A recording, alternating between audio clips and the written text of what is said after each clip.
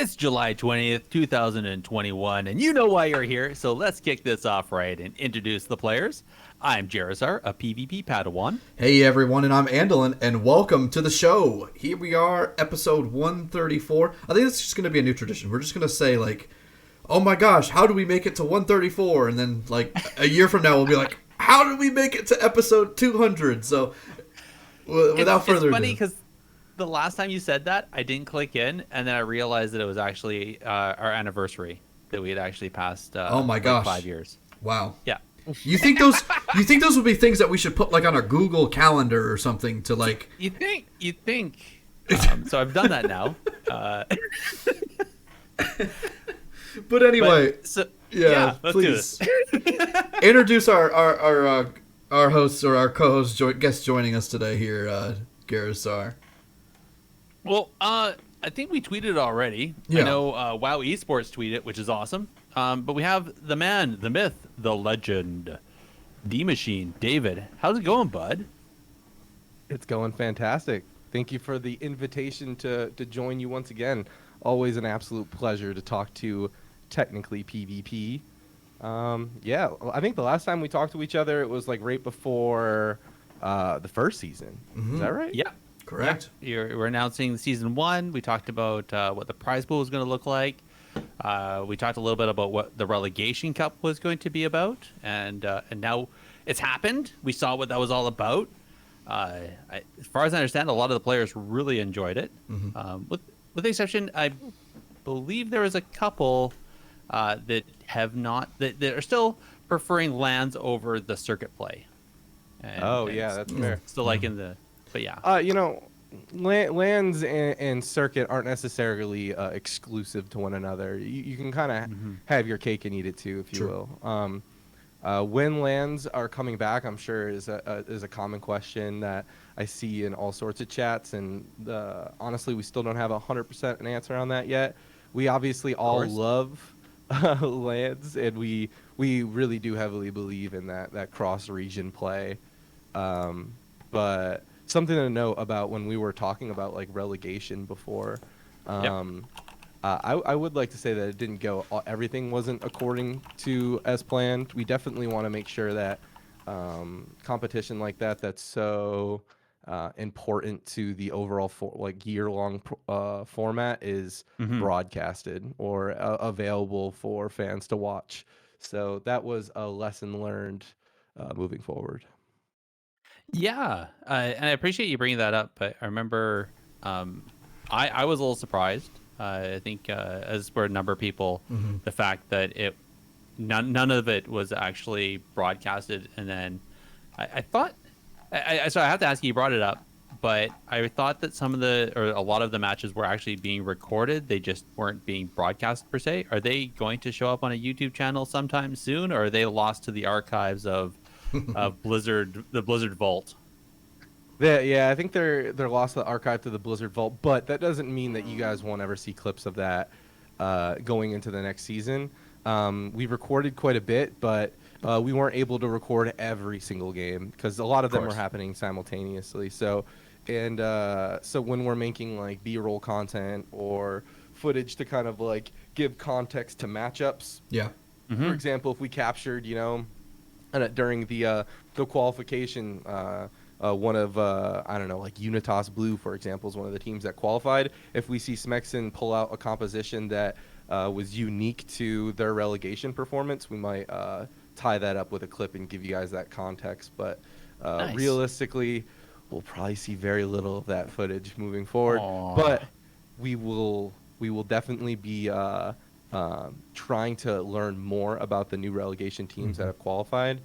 We sent out a survey, a questionnaire to all of the competitors for Circuit Season 2.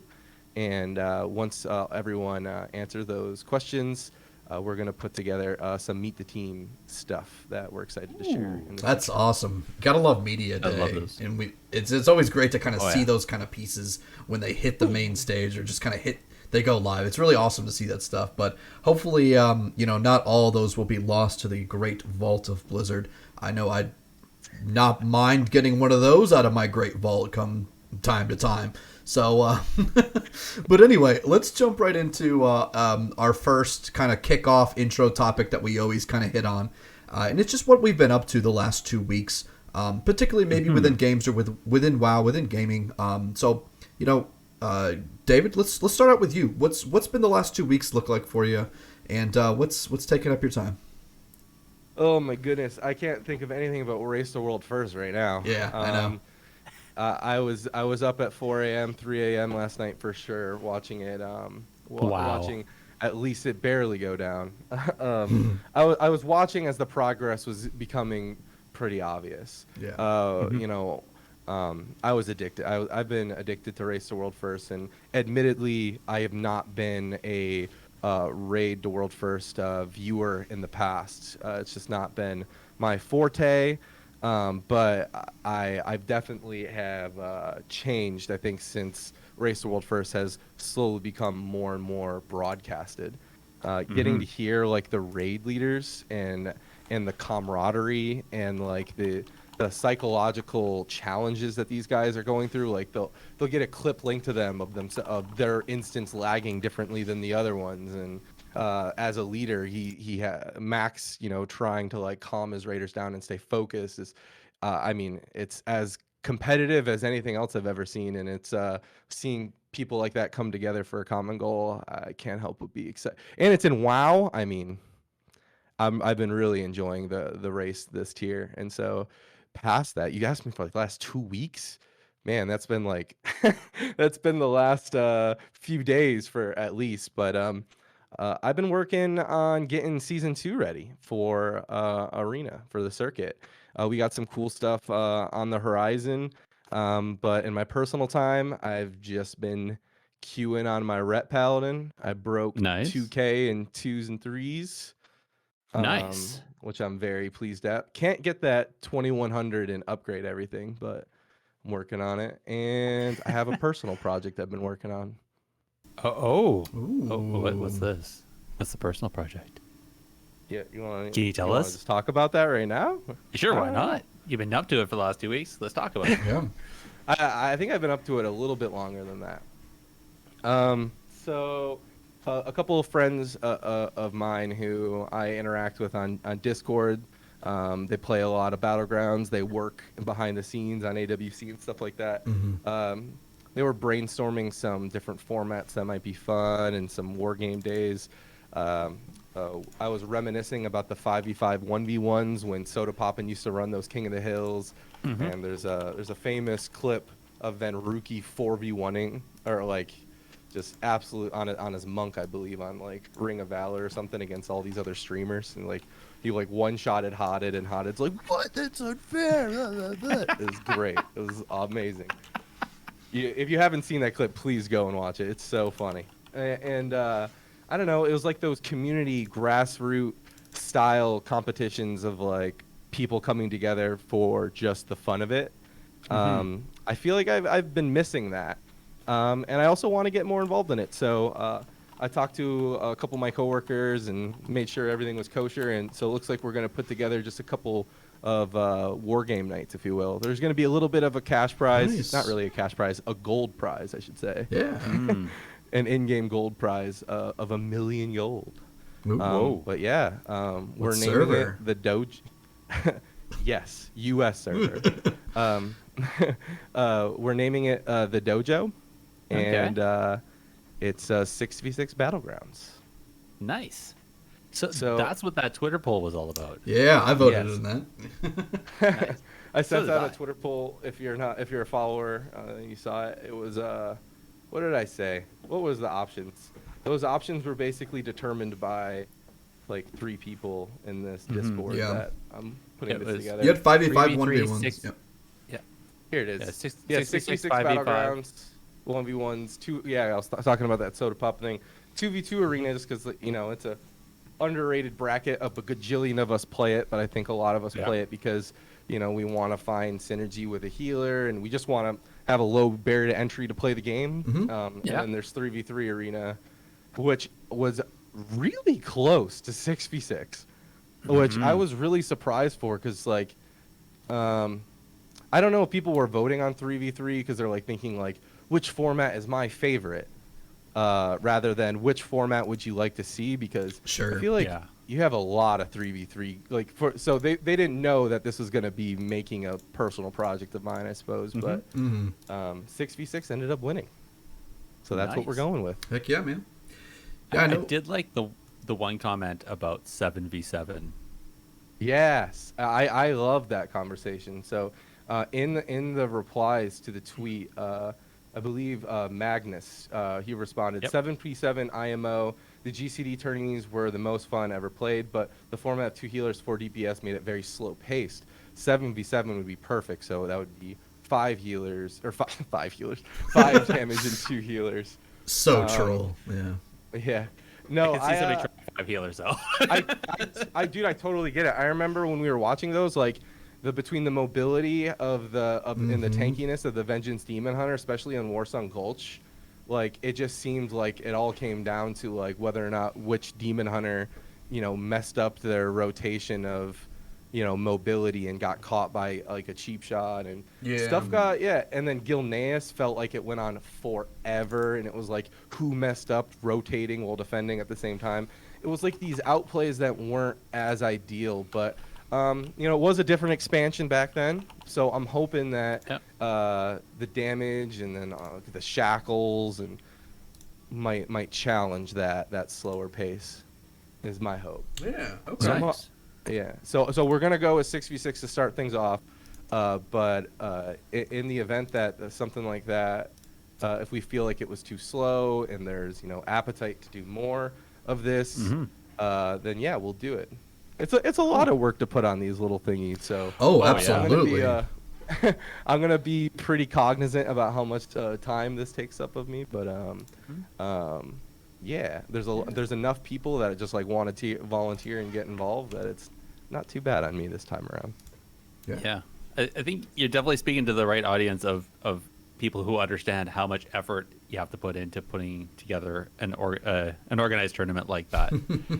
So, right, Andallyn? Yeah, I'd say, yeah. You're among good company in that regard. Absolutely. A lot of unforeseen consequences of just the most random decisions, or how you worded something in the ruling, or Yeah. it's goodness gracious. Eh, But yeah, so- that's I'm excited. This is the first time I think I've ever publicly mentioned. I think I've alluded to wanting to do something on my own channel, but this is the first step forward. Indeed, you heard it here first. So, excellent. There you go. I look forward to the Technically dojo. PvP exclusive.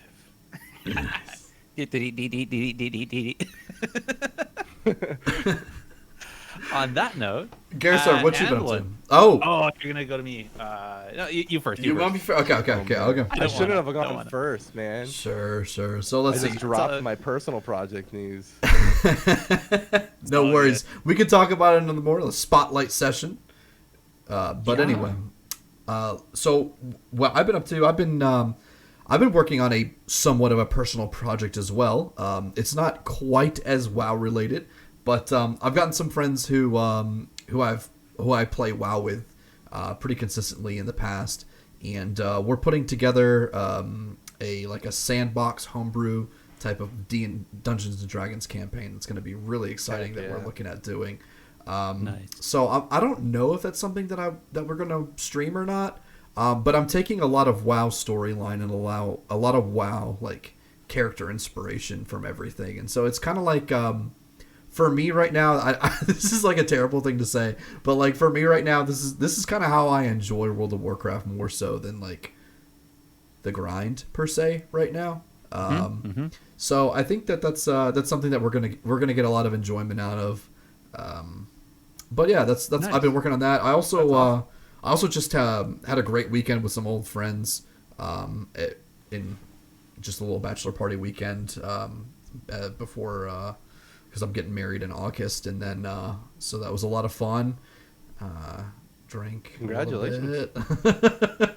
Awesome. Yeah. So Don't talk about what happened during the bachelor party. that's okay. We don't need to. Yeah. Yeah. No plans. Well, I know you were super busy, so I'm glad you're able to get some personal time there and at least hang out with some friends. Honestly, I've been again same IRL busy. Just kids, life, house. Then I was also doing a bunch of the for the Race to World First stuff over at Warcraft Radio. We're doing hourly updates on the radio broadcast that they have, the live stream. So I was recording those along with other people on the team, and then of course Awesome. just work and whatnot. And I have been I was getting onto my dwarf disc priest to try and get, and I got him up. He's almost level 200 now. So feeling pretty comfortable on him. Ran a bunch of did the time walking dungeons last week, so I got that sweet piece of normal gear. So feeling good about that. And yeah, we'll see where I end up with it this week. Maybe jump into the skirms a little bit and go at her, see if I can figure out positioning a little bit better and that stuff. So How does we'll disc see. feel? I'll be honest, it feels horrible when you're trying to play catch up. If I'm not ahead of the game and seeing where stuff is happening, it's all of a sudden like, oh crap, and I just see health bars drop to like crazy levels, and then I'm panicking. Which feels awesome in a way, because then I bring them back up and I'm like, yeah, I saved a life. But And then I they ping understand. pong down again. Yeah. Yeah, exactly. And No, I that's- definitely think that's that- the unfortunate part. I think it's a hard time for healers right now. Damage Mhm. is high, shackling is gnarly, decursives decursing in knowledge in just general. Like I was playing with a bunch of like when Yeah. the shackle first came out, just like telling like my feral druid like, yo, decurse that. It's kind of important. Like I just feel like that alone is hell for healers right now. It's tough. Yeah. Yo, Well, fun fact by the way, the file removes the debuff. Oh, the Kyrian vial. Yeah. Nice. Yeah. Oh, okay. Cause, Yeah. yeah, cause, so there's a channel, and then once the channel is done, then there's the debuff, and you can decurse the debuff, right? Yeah. Okay. But yeah. I think that kind of took people a little bit by surprise, just because it wasn't in a lot of the data mining ahead of time, and then Yeah. also just how the interaction was between it being a magic debuff, but versus the channel, and just so. Yep. Back to the same stuff we saw in BFA though, right? So The you have a Maledict. choice. I feel like Yeah. it's a little. Well, no, that's not true. Maledict, when it first came, like when it was first introduced, it was insane. It was Yeah. like Yeah. triple Maledict was insane, but then I feel like a lot of us got privy to the decursing of it, and also I think just like all of us kind of got more gear, and so. I'm hoping that it does slow down a little bit when we start getting a little bit more health. Personally, just because I feel for you healers, I do. Though, on the other side, and I think that's what I was a holy priest for the first season of Shadowlands. I enjoyed the hell out of it. The fade, the deathing stuff, and you have a chastise stun that you can reduce the cooldown on that stun to stun more stuff, and you have the ability to reset it and stun more stuff, and then fear, mind control. That class was I was having a blast, but then I'm like, oh, Ret Paladins can dispel polymorph with judgment. I am gonna play that now. Yep. So I'm That makes a Ret sense. Paladin, and I don't know if you guys heard, but Ret Paladins do a lot of. They can burst pretty good, pretty good. No, really, shut the front door.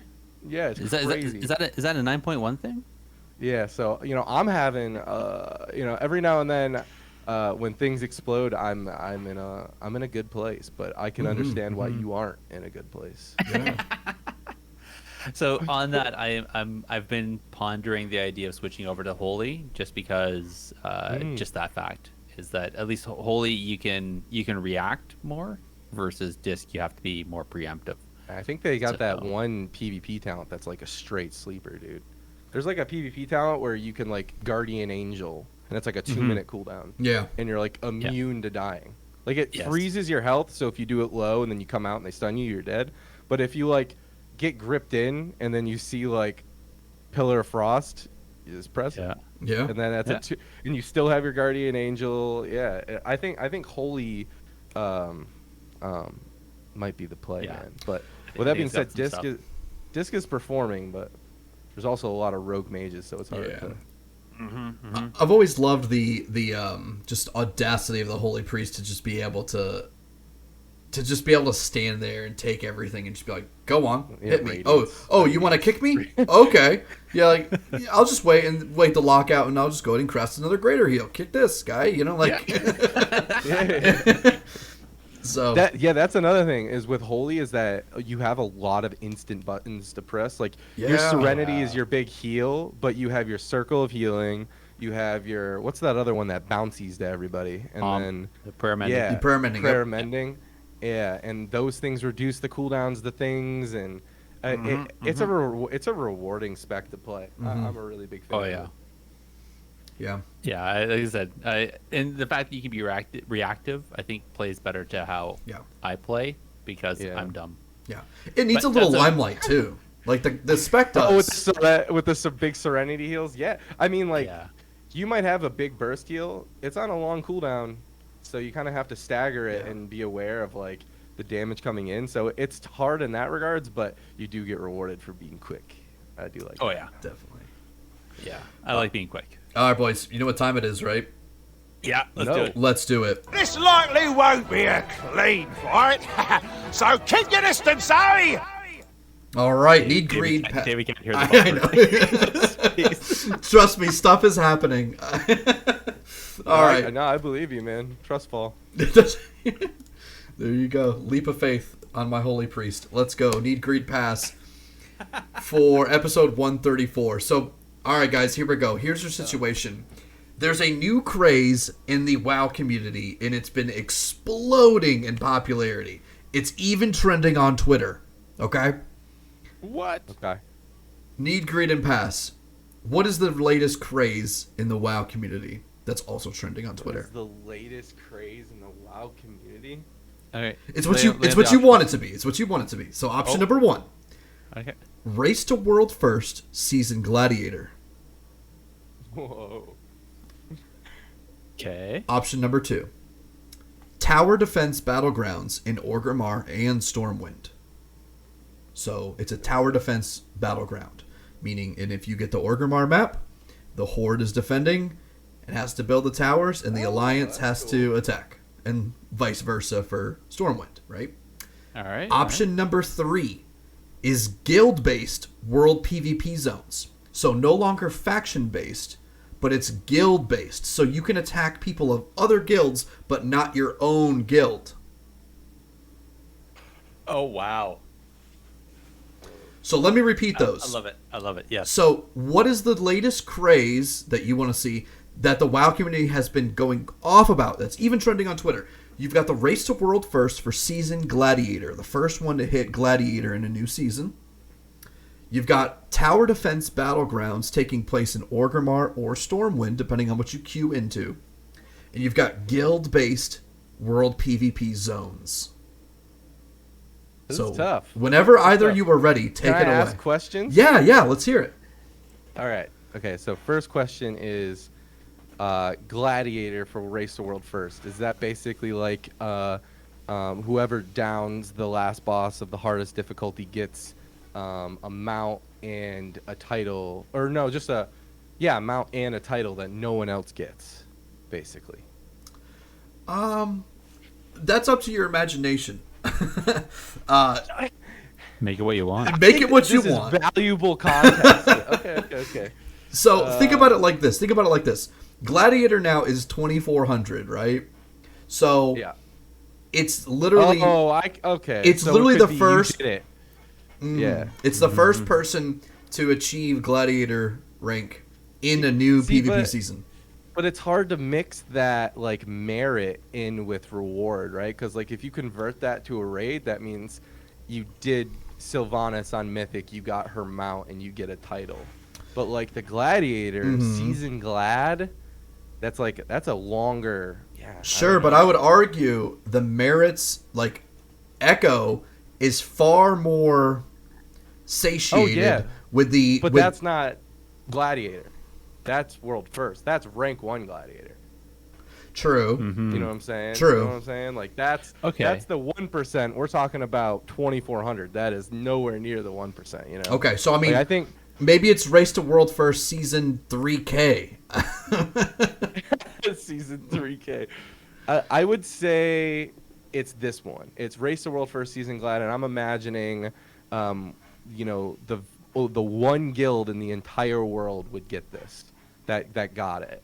And I think that it would be the craze because, number one, a gajillion people are going to be upset that they can't also have this. Number two, there's going to be a gajillion people that are like, this is just like, what was that bug stuff in Classic? Was like, you're the Scarab Lord, one and only title, you know, a rarity like that. And like, we kind of love how rare that is, even though that I can't personally have it. You know, like we agree, like there's going to be that group. And I think that those demographics of people who are going to talk about that are going to make the craze. That's what's going to stir it up and make it into a big thing, you know. I think all these other things are cool, but to get a craze, you need more. You need that spice. Yeah, absolutely. Oh. So that's All your right. need. Okay. Yep. Oh, So which one crap, do you it's need agreed greed on? pass. Yeah. Oh well. There's 3 items that drop from this boss, David, but you can only Okay, need one.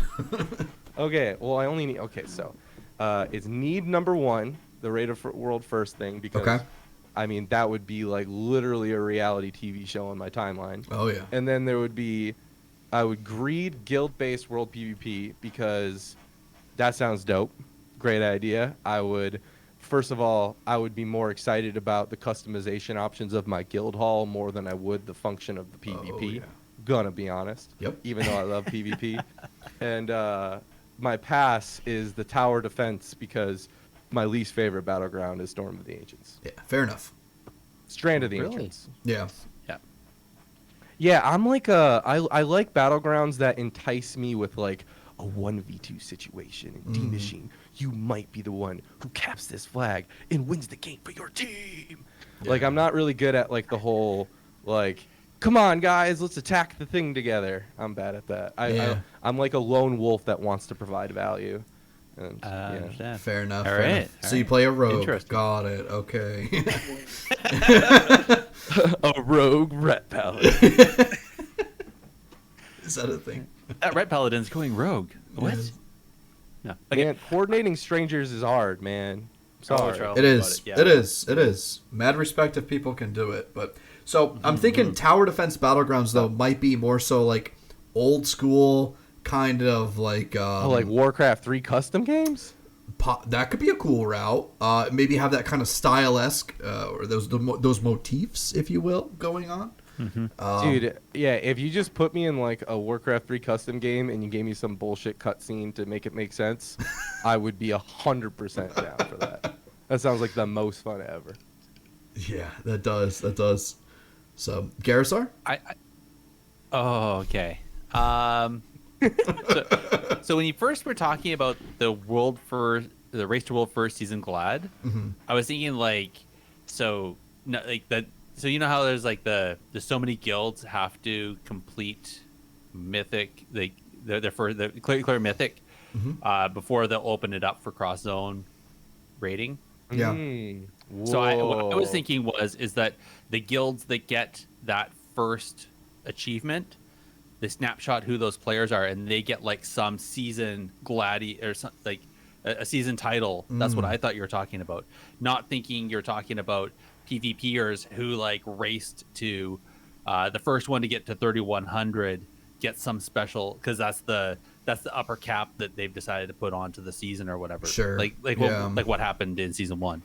Well, I guess there's kind of a cap for rate. Like they get them out, and isn't there like what is the cutting edge title? The cutting edge, So, yeah. But I think the part that's special that is hard is that it has to be like given out to very few people to make it special. Right. But how do you give that out? Give it that merit, but also be okay with everyone not really getting it, and everyone having to be okay that they're not going to get it because you're not part of Echo or Limit or whatever. Like I feel Well, like it's so hard. Well, I mean, you can be can you imagine? aspiration, right? Aspiration needs more Mm-hmm. needs more weight. Well, I mean, Well, can you imagine? there has to be a certain level. Like you have to take that step, otherwise you'll never get. Like you can't be a millionaire if everybody's a millionaire. You know what I mean? Like Yeah. and if you live in a world where everybody's a millionaire, you can't make someone a millionaire artificially, right? So like without saying like, yo, this guy is a billionaire and not all of you guys are billionaires, that step has to be taken. Don't read into that analogy. Don't read into it at all. But like that concept, right? That kind of hierarchy of things has to be in place in order for those things to be able to actually make sense. Well, So, I think think it implies value. yeah. So Yeah. Like if you run around on a scarab board and you're in Classic WoW, that's Right, like kind exactly. of bananas. If you have like the corrupted Ashbringer, the reason why it's bananas is because it's not that the corrupted Ashbringer's art is that much better than any other weapon that you saw, but it is pretty freaking dope. It is Let's be honest. But it's because you saw it one time in the last 4 months, and there's a weird participation trophy thing going on, but there's also like a legitimate I don't know, gradient of rewards. And I see this conversation pop up in a plethora of different ways, in a bajillion different streams, in regards to like Right. what is the best philosophical way to provide the carrots to us, the player, to keep us interested. Like, what is the correct dopamine release? Yeah. And like, at the end of the day, for me, my take on all these things are always kind of diluted, because I feel like ever since, like, I've kind of accomplished the in-game things, and I kind of entrenched myself with working on all of this stuff. It's very, not to sound corny, but it's converted to my focus has been a lot more on like I talked about Max in the Race to World First, and that camaraderie and that special moment that Echo shared as they won. Or if you ever seen anyone win an esport competition, or if you ever seen a guild win, like, those moments to me are like extra special, not just in our community but as a human being. And the fact that our game can accomplish something like that is really the direction in which that I want to encourage things. But that's a lot more about personal triumph and team triumph than it is any game mechanic. And so for me, it's always tied back to what is my personal ability in the game. And I think that's with most WoW players, really. Is that these things represent that to us. And I think that's where we convolute the conversation, is like, the reward is not the process, and we're talking about the reward as if it is the process. I want more of the good process. You could give me a pink crown at the end of that road. I could give a shit, as long as I had to do the process to get it. Fair. Yeah. But the pink crown was kind of the thing you went, oh, I want that pink crown. I'm going to do the process. I saw that guy on his tailbook in the Grand running around with it. I'm like, where did he get that? I've never seen anyone have that before. I want it. Yeah, exactly. It's cool. It But, connects it. all right. Yeah. So, so back to the Need Green and Pass. Yeah. So, thinking that was what the RWF Season Glad was in my head, my first choice was actually the guild-based World PvP zone. I think that would be absolutely amazing. I also think it would be absolutely controversial, and it would hit the social spheres like absolute crap storm, because then we'd see things like Ruin Gaming and the plethora of anti-Ruin Gaming guilds and everybody else out there just trying to fight that. And also I foresee an issue between either phasing or server lag from having 100 players from a guild against 100 players from a guild in a war zone doing some crazy AoE stuff and just bringing a bunch of servers to their knees. So that I think would be exactly that. It would be an awesome new craze, and it would just smear anything else that has been out there, because it would be both great and filled with all the other streamer horrible stuff we POV see. too. Oh, You know, God, like yeah. kind of like classic world PvP when it was like first starting Yep. to, like when people were first like getting in the beta and like level 40 and like those crazy Arathi Basin battles. That's what I'm imagining in my head it would be like. Yep, same. You know, that actually was kind of smooth at first. I don't know what changed or what, but in that beta, in that one beta realm, Yeah. it looked like it was possible. But yeah, I think the added mixture of like streamers being involved sounds like a potent combination. Definitely. That is always a potent comfort in both ways. Of course. Not I didn't So- see how the streamers could be involved before. That's all. Yeah, it's cool. Yeah, but that was going to be definitely my need, was the guild based, especially for what you're talking about here. The greed was going to be, I'm going to be honest, it's going to be the tower defense BG, because I also see that because I foresee this where there's probably going to be randomization, so I could see Horde being on Stormwind and having to defend Stormwind from Alliance. Because it's how does that go? How conflicted do you think a bunch of Horde players are going to be trying to defend Stormwind from a bunch of Alliance? Like, you'd have to create some funky story there. The arena players have been changing factions so much that Oh, I feel like gosh, we've yeah. gotten a little dull to that. Like I kid you not, when I queue up sometime and like I'm doing mercenary mode, sometimes like I'm like in the middle of the game constantly checking to see if I have that Horde or Alliance buff. Yep, I know exactly what you're BGs. talking about. All the time. I'm like, what? Shit, where am I? Okay, cool. Yeah, halfway through the game, like, oh wait, Horde's winning. Yes, wait, we're Horde, right? Oh, okay, thank goodness. Right. I've spent enough time in both capital cities to easily confuse myself. But Wow. that doesn't mean that there is a gajillion amount of people who like will know every nook and cranny of Orgrimmar by heart because they like have like slept in every hut and are like super identified with being and have zero clue what goes on in the Dwarven district of Stormwind. And that's a lot of people too. And say like 100 gold if you can find me in trade chat and stuff like that. Yeah.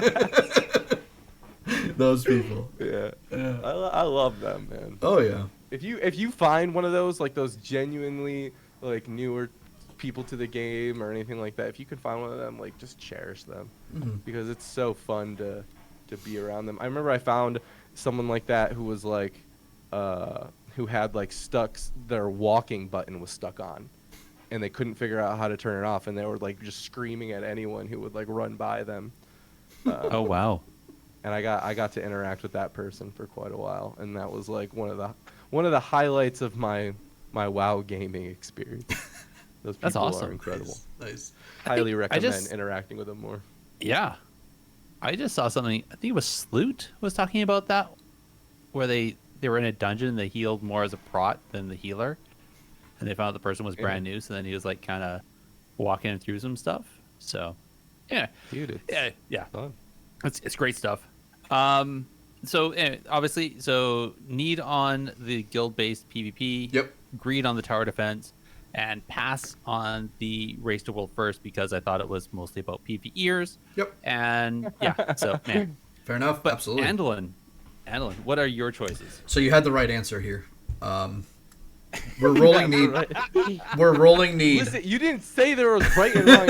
Is it points too? I mean, it's like what reward am I not getting right now? Is this You unbelievable? didn't get cutting edge. I needed Let's just be honest. needed more. Okay. Yeah, that's okay. That's okay. I mean, it's like this. You just kind of know it. You know, what I mean? You just kind of know. Like you say it, and it just feels good. It feels right. It feels right. It's the right answer. So. So he got the prize and I didn't. We get it. Okay. It's RNG, bro. Don't worry about it. So, guild-based PvP zones. This has been, dude. This is a me answer if there ever was. Like, you know me. I'm always the guy. My biggest gripe with the game is that there's no good reason to be in a guild anymore. There isn't. Nope. There's no good reason to. And the best WoW experiences in my entire WoW career, all the way from vanilla to Shadowlands, with minus a little bit of gaps in there, is all surrounded around the context of a guild.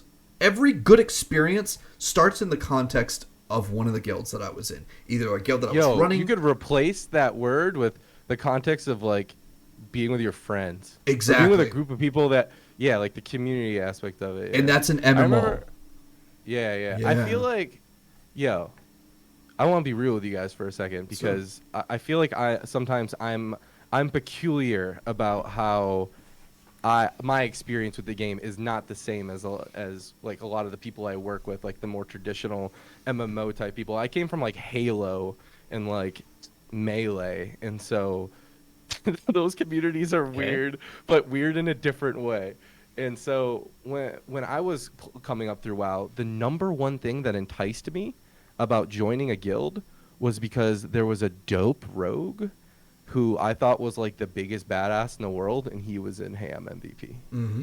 And I'm like, hey, can I join your guild? And he was like, nah, dude, you gotta be like 2200 plus to join this guild. What are you talking about? Mm-mm. And that right there was like the coolest thing in the entire planet. And then when I joined the guild, and this is I don't even know, this was a while ago. When I joined that super awesome guild, it wasn't MVP at the time. It was a different super awesome guild. I think it might have been like Dara McTire or one of those. Oh goodness. And when I joined it, I mean, I didn't collaborate with anybody. I didn't do any of their BGs or anything like that. Yeah. And then I joined a different guild later on, formed out of like the 5 people that I played with in pre-mades a lot more, and I played with them, and it was amazing, and I loved it. And when I think of people remembering like guilds and their prestige back in the day, I think that a lot of the people that I hear talking about it, they're referencing that aspirational feel of wanting to be part of that other group, or being a part of that group. You know what I mean? Mm-hmm. Or just like having that, you're like in the guild Ham MVP, you got that reputation. You not only are having fun with your partners, but the guild aspect of it is I have that tag under my name. And I can't, like, that tag under your name is just so less cool. Like, I never look at that when people are, like, queuing threes on Twitch. Like, when I'm watching, like, Sea-Doo, I'm like, oh, what guild is he in is on this character, if he's showing his name or whatever. Like, I remember seeking out what guild they were in. And now I don't do that at all. Like, it doesn't even come to mind. And I don't know if it's to blame it on like the lack of social encouragement inside the game in and of itself, but like I see similar issues in terms of like groups of people I used to hang out with, and now it's harder for me to connect with them on like Facebook.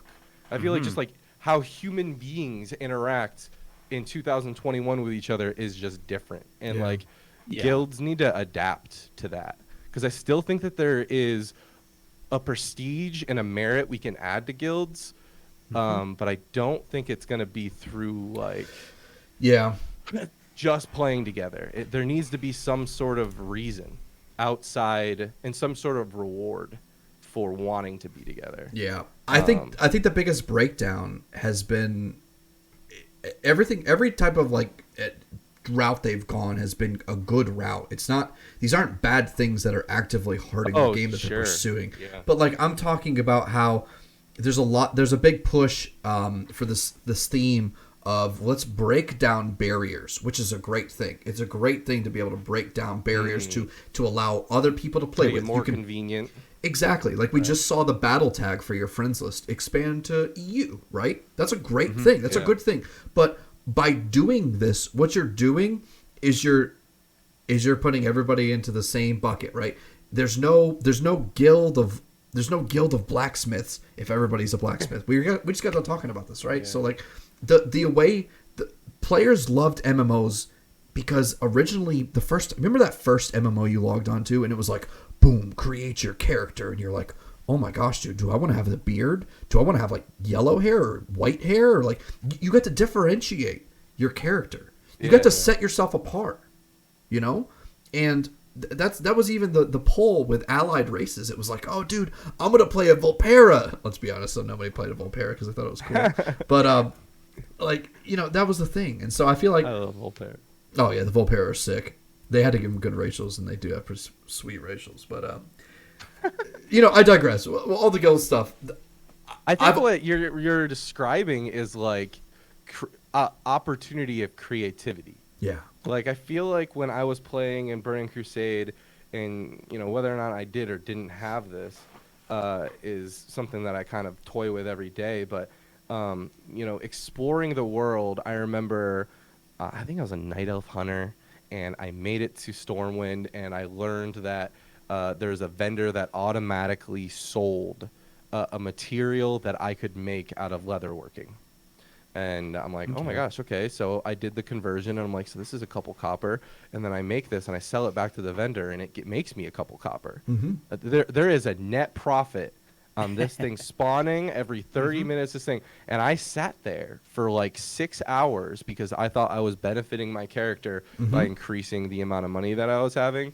And I felt like, what I'm trying to say is that I felt like if I wanted to, I could go and I could learn this profession and make money for my character. Or I felt like, I could learn to do something else with my character. I felt like I was completely free. And I feel like ever since I now want to be more competitive, and I see Twitch and what all of the best players are doing, that way in which that I'm improving my character is no longer something that I came up with my own creativity. It's something that I am learning, consuming from everything around me. I'm min-maxing it from a guide. I'm learning it from my favorite streamer or this and that. I'd say like the closest thing that I have that I myself individually improved myself on would be like my own efficiency of my key bindings. But so like I'm gonna get pretty high level here if I can interrupt you there, because I feel like you're right, and that's a place that I think Blizzard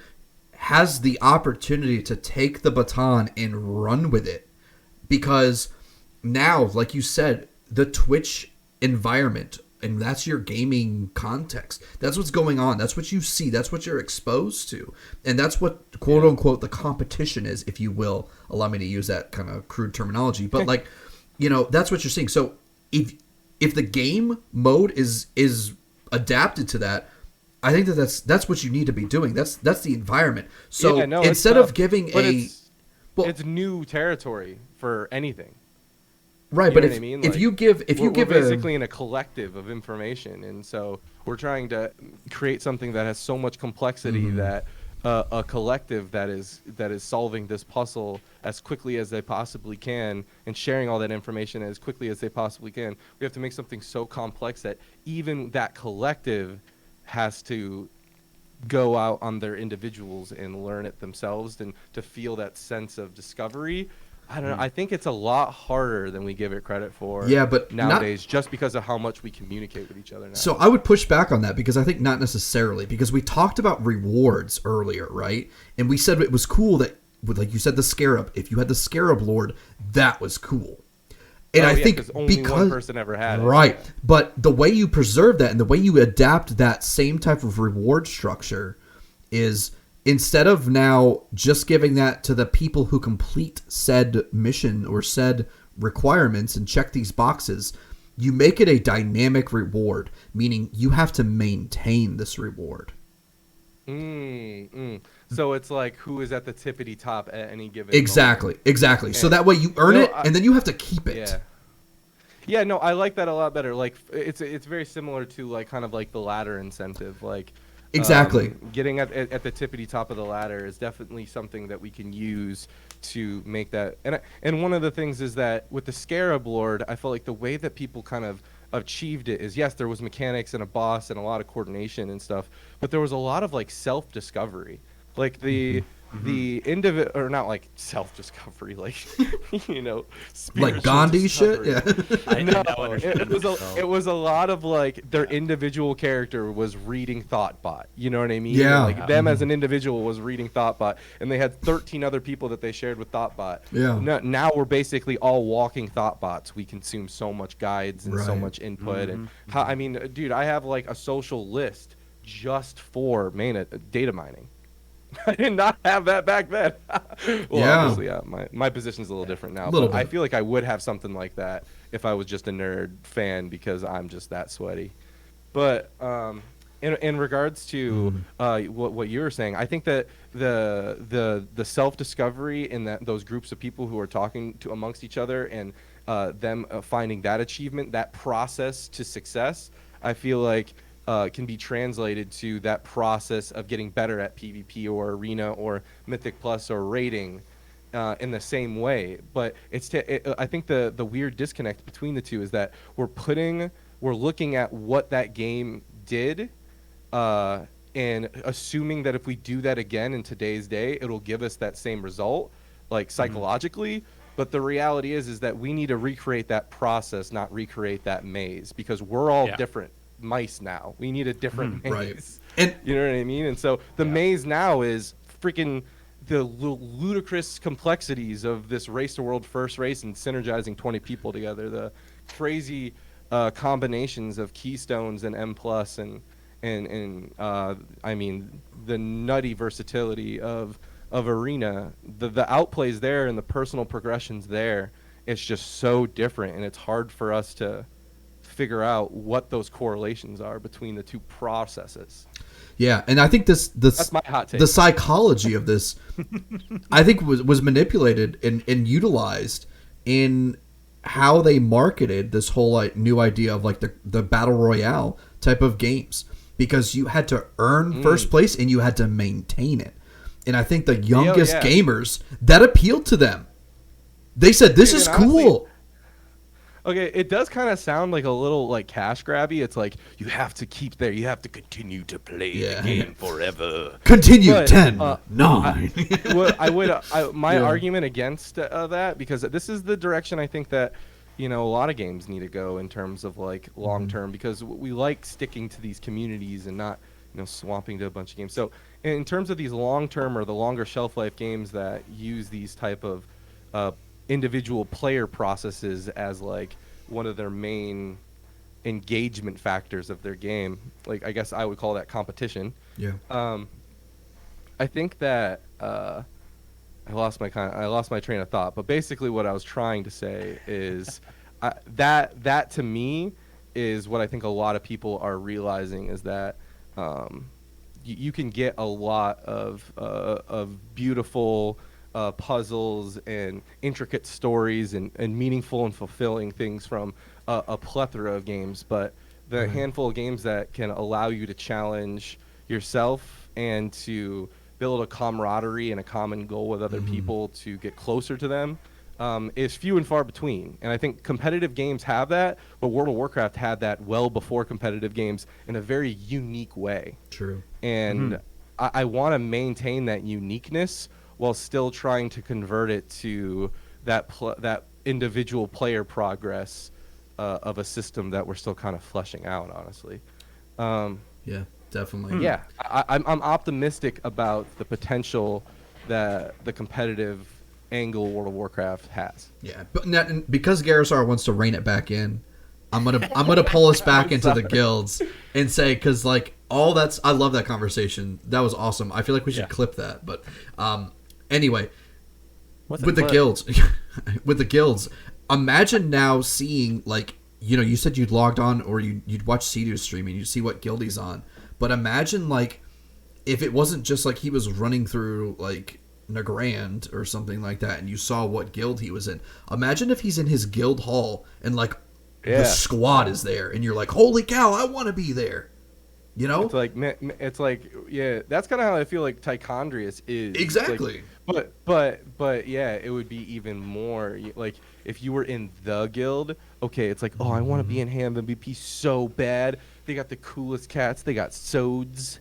They got and all sorts of other cool people that I can't remember off the top of my head. Yeah. And then you see someone else who's in that guild walking around that guild hall streaming it, because I mean you can assume that anyone's going to be streaming some. If you make a game feature and you're a popular game, it's going to be in a stream somewhere. Yeah. It's like, so that this guild hall is going to be in the stream somehow, some way, and then like you see like, I don't know, you're like walking by and Mitch Jones is in that guild hall. Yeah. Like, people are going to want to aspire to be in those cooler cliques, and there's also people that are just going to want to be in their own group of people. Mizkif's and there for maybe some they- reason. Yeah. It's like, wait, is this their house in real life or is this their guild hall? I don't know. I like the idea. I like the idea of those communities, those Yeah. streamer communities, really enjoying it and having their aspirational like fan interactment. But I also think that it has potential for the group of like 10 people who get together after work every Friday. Yeah, but imagine if you Yeah. were that small group of 10 people and you've got a really cool statue in your guild hall that says, "Hey, I dethroned, hey, I'm MVP," or that streamer guild, Like that's a trophy kind of thing, Yeah. And like so I mean there's so much Got 'em to care. playability with that and so much stuff that you can do to like put a lot of social currency and a lot of I think social currency would go really far in this game. But anyway, let's continue I like on. the idea also of like the teams being like, "Yo, you guys think you're hot? Well, we'll put up our top 3 players versus your top 3 Yeah. players, and then we all spectate it too." That's also something that I think would be really cool because I do think that it gives like an opportunity to spotlight smaller numbers, which are always easier to promote. Oh yeah. Definitely. All good stuff. I mean, and that's good. That's great Twitch content there. Did you give your greed need pass yet? Yeah. I don't Yeah, remember. Yeah. I Okay. did, yeah. he had the right answer, remember? Over it the whole time. Yeah, that Okay, was like cool, that was cool. like an hour ago, but that's okay. Sorry, Andallyn. So you're greeting on the guild base, or so you're needing on the guild base. What's your greed and pass? I'm gonna greed on the tower defense battlegrounds. I think it'd be really cool.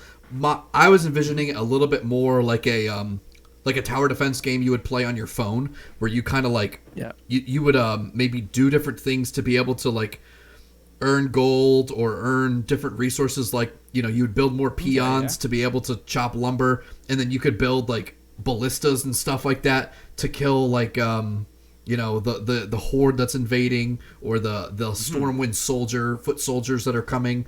And you could increase, if you were attacking, build different things to like increase the rate of foot soldiers going and different things like that. Okay. That's kind of how I like was it, I like envisioning it. it. It's a little bit more mobile gamey. Yeah. But Okay. and then I'm gonna like pass. it. All right. I'm gonna pass on the Race of World first season Gladiator. It was just kind I'm of an the idea. only one who wanted it. I mean, I don't even really want it. I just said that it was gonna make a craze. Can I just put that? It's just out a there? recency Is that- bias. It was requested. Which one do you think was gonna make the biggest craze? It was Not which one do you want? Is David's favorite? So if I were gonna say which one's my This is David's favorite, favorite. no, man, I don't think. David, No, I think there's plenty of prestige. There's no need more prestige. It'll just make a lot of craze. Okay. So the one that I want the most, can I just make it well known? Oh, I want absolutely. I want the guild one the most. The guild one sounds Okay. really Okay. good. Yeah, all right. nice.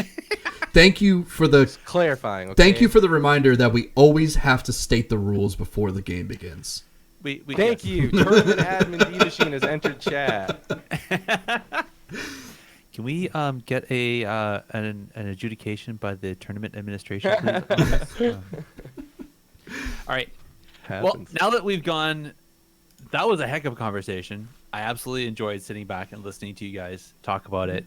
Talk about, and you're right, like player agency was always that huge thing. And I feel like a lot of communities came together through the struggle of not knowing anything and learning together, and then achieving something together. And now that with data mining and all the different resources that we have available to find out the information, it's literally just a click and a Google search away. We can find out how to get the Ashbringer now, or get the Scarab Lord, or any of the other things. I remember or inspecting other buy characters' it. talent builds and them being around the same rating as me, and like I felt like I was a decently high rated player. Like I'd be like 2200 or something. Rank one would be 2500 at the time, so I'd feel decent. And inspecting another rep paladin and looking at their talent build and it being completely different to what I am. Yeah.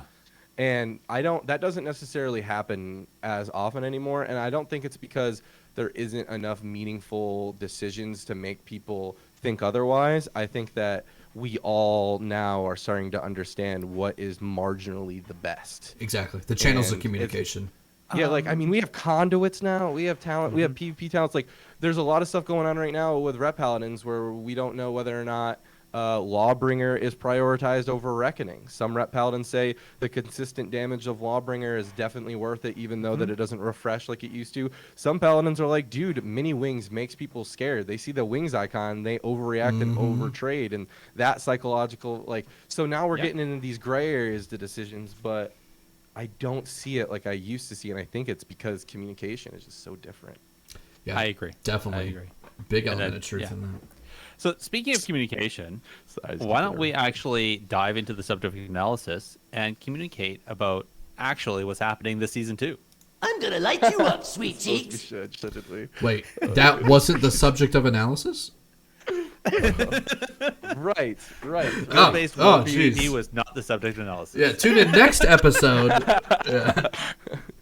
All right. I love you guys. All right, Can I give you guys a quick intro on AWC Season 2? Please. Yeah, guys, the fire elevator let- pitch? Please. What's going on? Give it to us. All right. So on July 31st, AWC will be back. But before we talk about AWC, I just wanted to give a quick shout out to Kat, just to be in, what is it? In order? Does that make sense? Yeah. Because Kat's actually first. Oh, so Kat, if Yes. you're unfamiliar with the acronym, is the Classic Arena Tournament. Oh. It's the Burning Crusade Arena Tournament that's happening this weekend. It starts on Friday. And so after that Kat tournament, and we crown an NA and EU champ of that. That's all going to be on Twitch TV/Warcraft, but also YouTube.com/Warcraft. That's when AWC will begin on YouTube again. And so coming up for that, I just wanted to give you guys a heads up that we're looking at ways to give more context to who's competing. There was a lot of roster swaps that happened, emergency swaps, name changes, org jumps, Yeah. all sorts of crazy stuff that have happened. And I know a lot of us are in the dark on a lot of that. I gave the players a deadline to figure it all out. I want to give them a good, comfy amount of time to be able to establish any paid sponsors. So I want to be as empathetic about that as possible. But a consequence of being as flexible on that and giving no deadlines on that as possible is that we basically are just sitting here like, wait, who's playing? Who's going to be competing? There's going to be a bunch of amazing teams competing, I promise you. Sea-Doo, Peekaboo, Waz, Skill Capped, they're back. There's a bunch of like Unitas Blue out of the woodworks. It's like Aiden and Smexon and Nuked. It's Nice. like this roster can be ludicrous. 9.1, we have no idea what the patch is going to be like for Arena as well. So the season's going to be explosive. We're rolling out a hard requirement that a player cam has to be on at all times, even if it's the fourth player. So if an active player doesn't want to show themselves because they're worried about their performance, they can show the fourth player who's on the bench holding their hands for dear life because they can't do anything, and we get to watch them squirm. By the way, that squirming player is always the most animated. I worked as the tournament admin, like on stage, and I got to be like, I could feel these people like their energy and how they scream and everything. And that fourth player is always in agony. That was probably the biggest reason why I ever considered dropping the fourth player. It was for that reason over anything else. It was just like, I felt so bad putting poor Fobs and these other people in these positions of just like, oh my God. It's when you have no control over something, you're just watching it play out, and you're like, oh God, please. But it is so entertaining. So we get to watch that this season. And then Awesome. some other features. We got we got some video content on its way, which I'm really excited about. I'm not going to say anything more than that. Okay. And some new features. We're hoping to bring back interviews eventually. Maybe not the very first weekend, but we eventually want to bring back interviews so you guys can hopefully see and hear your favorite players, and because we get the beautiful opportunity to see a lot of these players who turn on their cameras for us in our control panel, so we can see more than one, and we get to see them like after the game, after we showed the scoreboard, after we're back on the desk, and they're really slouched back in their chair, and they're just, oh, thank God that's over, sort of thing. And I want you guys to see more of those moments. I want you guys to see more of the emotions that go on behind the scenes. because we get to see it, and that's what makes us are in love with this stuff so much and in love with the players so much. And so we're going to be working hard to shine a light on more of that for you guys next season. I personally would love to see what the teams look like, both Cloud9 and the teams against Cloud9 when they're at the minus 60 dampening, and they're afterwards they're finally done. They're like, oh, that'd be just shaking their hands like, oh my goodness, man. Oh gosh, yeah. Do you guys mind if I? So I did get a Yeah. bunch of responses in the questionnaire, so I can actually give you guys a quick updates on some rosters if you want. Yeah, let's do it. So hold on. So hold me on. Reel me in. Slow up there for a second there. All right, so you first started off with Cat. You talked about Cat briefly, and that's this weekend. And then you kind of rolled directly into July season 31st. 2. Yeah. Okay, and we rolled into the rest. So so July 31st, so that's going to be the First top day 8. of season 2. Yes. Season 2, So- AWC, circuit play. So that's going to be the season 1 teams and the relegation winners, or has okay? So okay, yes. Let me explain this a little bit. Let me just go through the format. And if you want a deep refresher on the format, like you really want to get in the nitty gritty, I'm talking to like 3 of you right now. There is a video that we released a while back. It's actually linked in the AWC format changes blog post.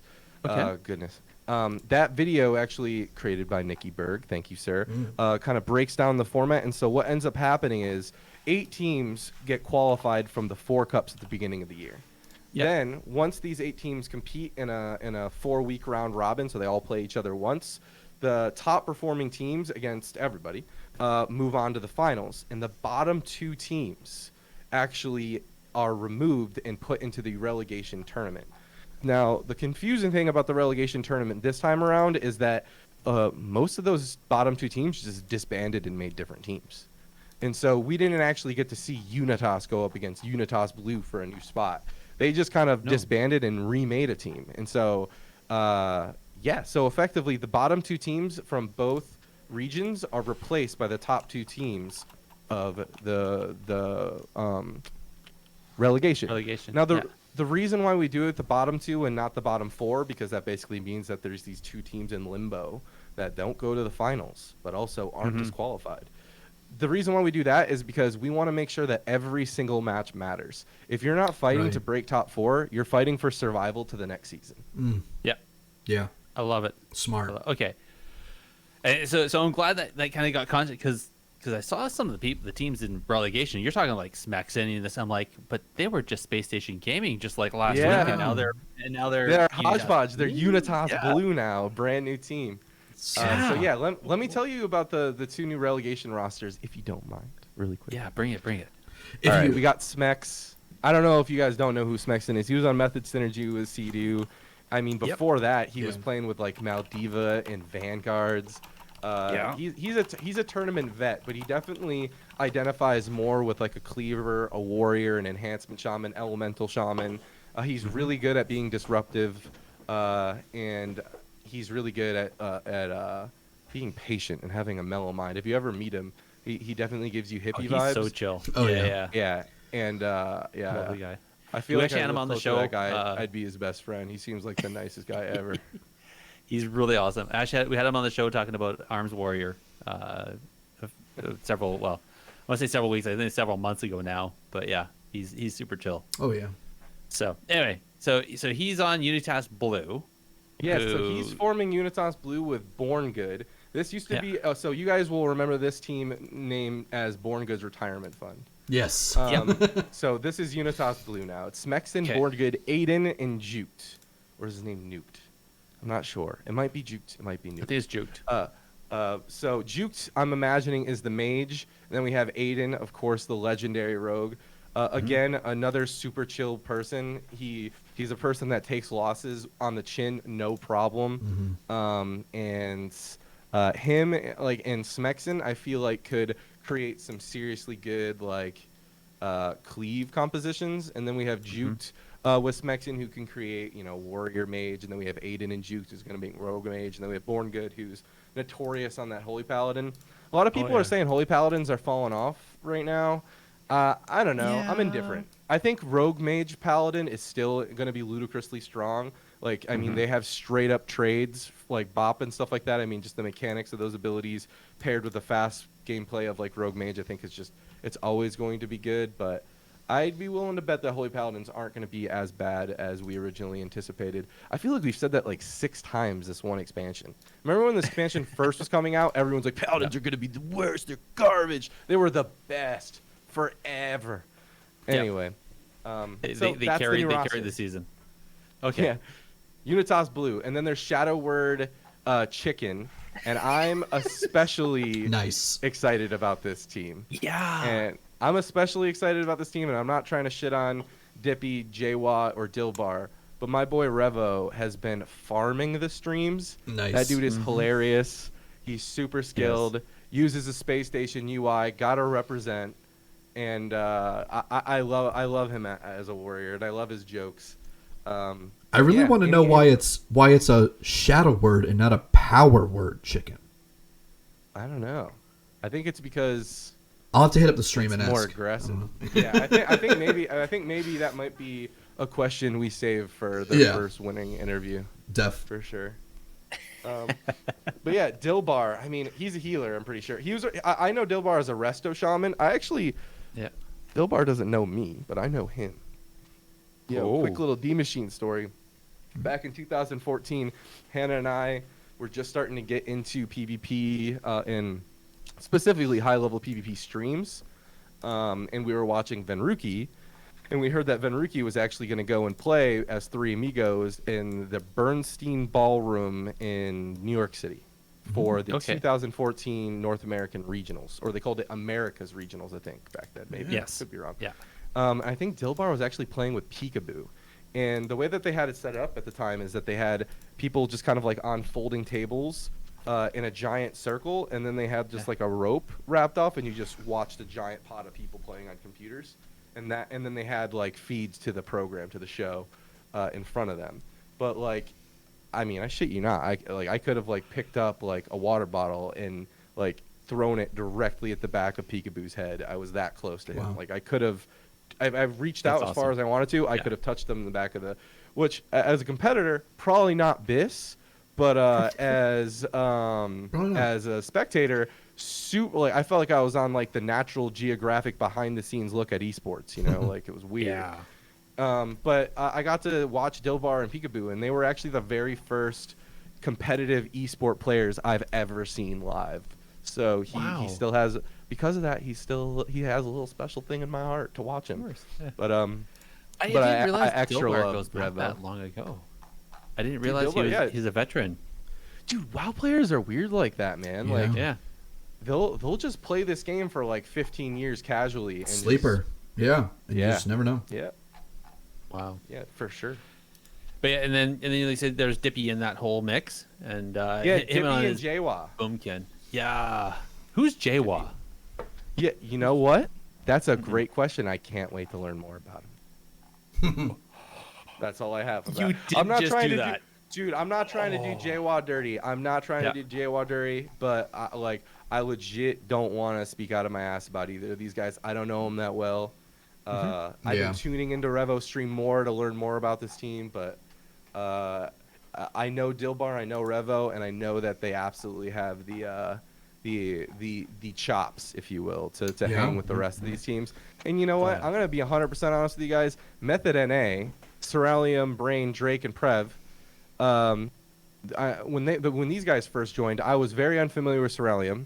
I knew Brain because I used to call him Brian and Kappa and all these sorts of things. He played in GCD all the time. Yep. I knew Drake because I was a Windwalker monk, and that dude is that dude's got game sense like someone who has been like, that dude's got like Faker level game sense. I know I don't use Faker's name lightly. I promise you I don't.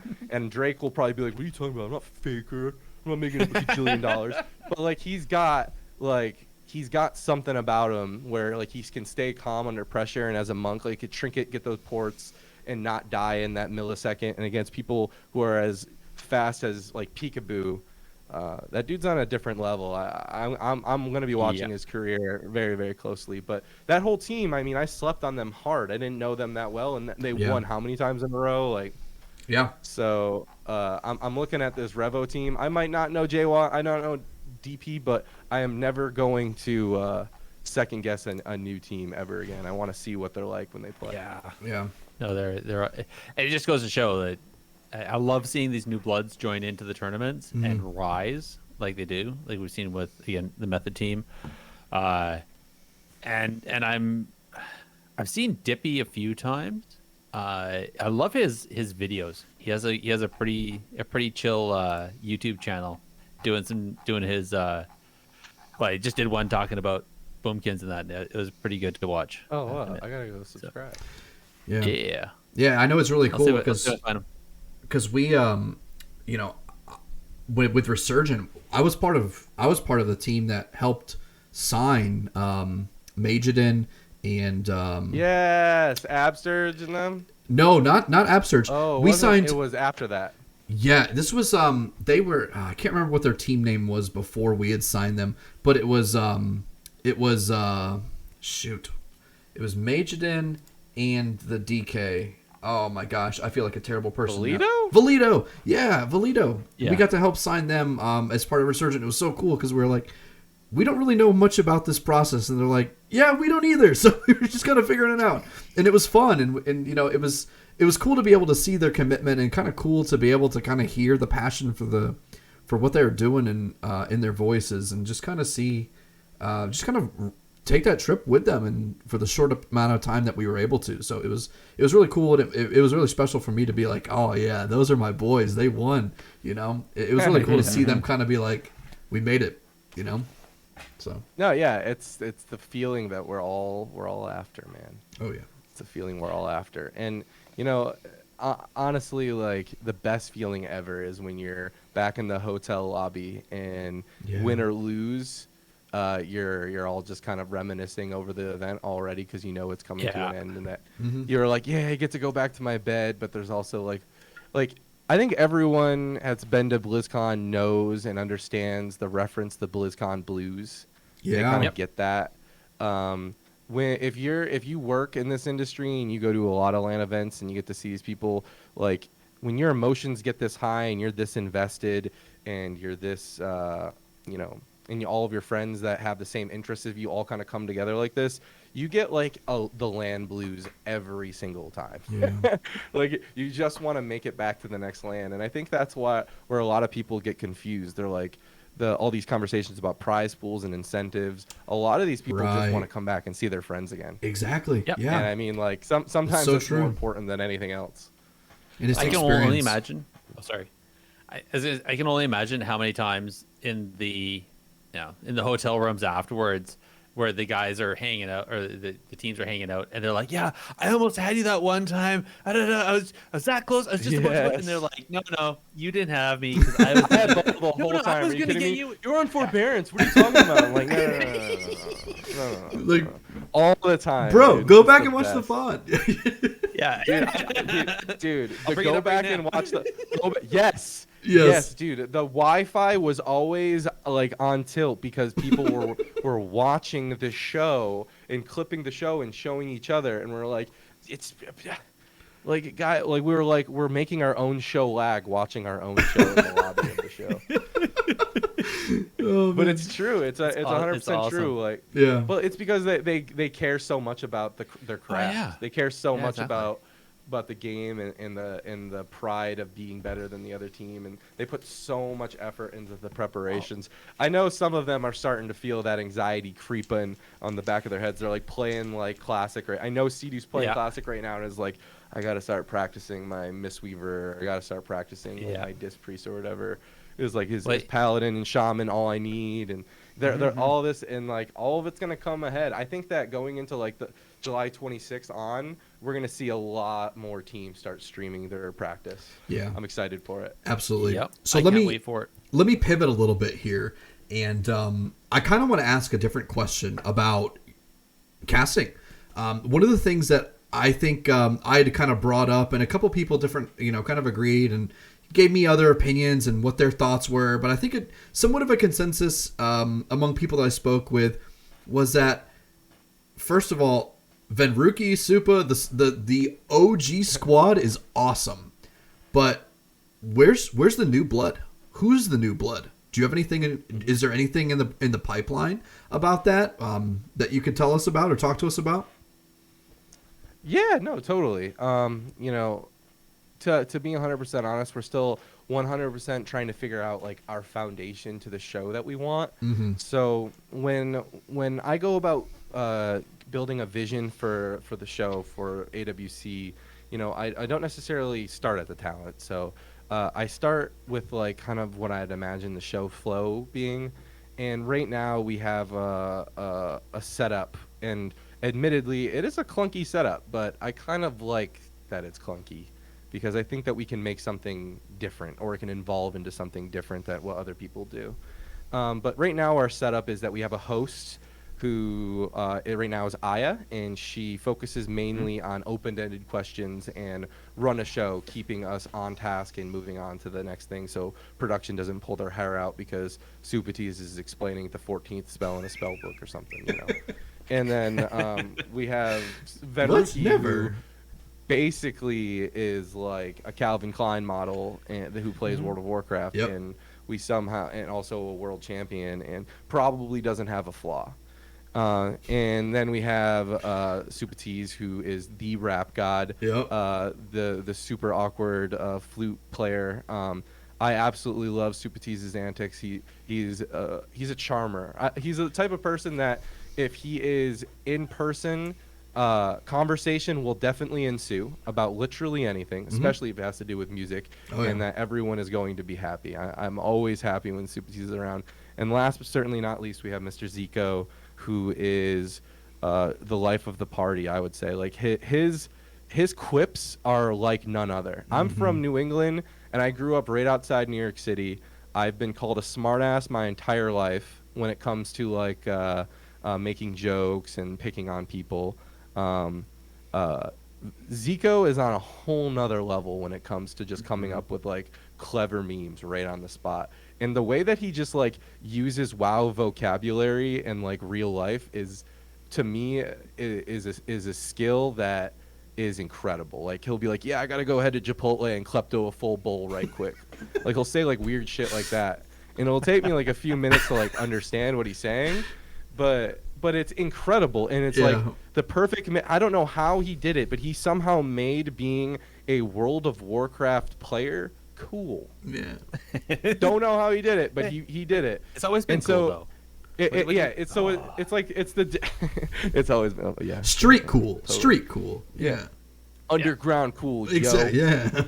I got my street cred. Yeah. So I have these four puzzle pieces, right? And I have like so I have my play-by-play covered with Venruki and Elliot, and even sometimes Zico when it gets too slow. I love that flexibility of bringing in Zico when we need kind of like that high level. Hey, what are the win conditions at this point? Right. I have Aya who like helps represent those who might not be fully engulfed with PvP like Venruki or Zico or myself are, or Supatis for that matter. And she's also the responsible one.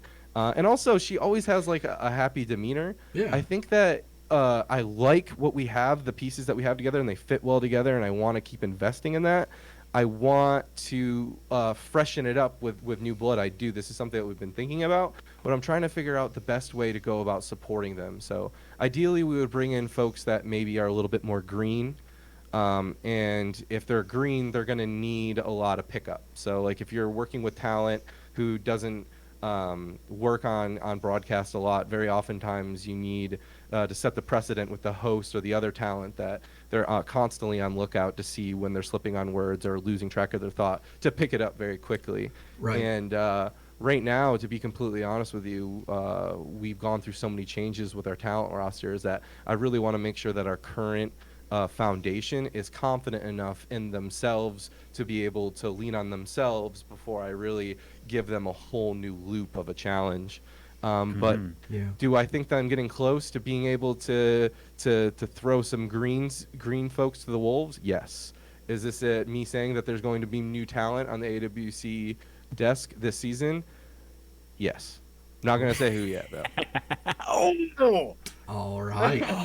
All The right. mystery guest is still a mystery. Excellent. Oh. Well, listen, there's quite a few people that have shown a lot of interest, but nothing has been fully agreed to yet. So I can't say yes for sure this person is gonna be on, but there's quite a few people who are interested, and there's quite a few people that I would really like to work with. I just need to make sure that all of our logistical dots are in the row before I can commit to anything. But Yeah, absolutely. I philosophically agree this would be a pretty big win for the broadcast. I think so too. Excellent. Just to make sure there, David, it's spelled Andallyn. Just to make sure you have it on the nameplate there for when he shows up. And listen, I really appreciate that because Andallyn, obviously big part of the community for a long time now. But I will say this: you can butter these chops as much as you want, but I'm not the only decision maker for this. So, but I will continue to take the spoiling, please. I thought the Absolutely. buck stopped there. There. Yeah. You never know. I might maybe I'll influence it more. Please keep bribing me. Yeah, if you want to work the receiving desk at Blizzard, the shipments will continue to be maintained. So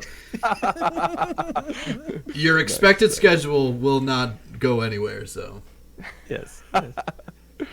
yes, Only I think the shipment stopped when Haas and Franz got taken down there at the Blackrock Foundry. So, so that's AWC.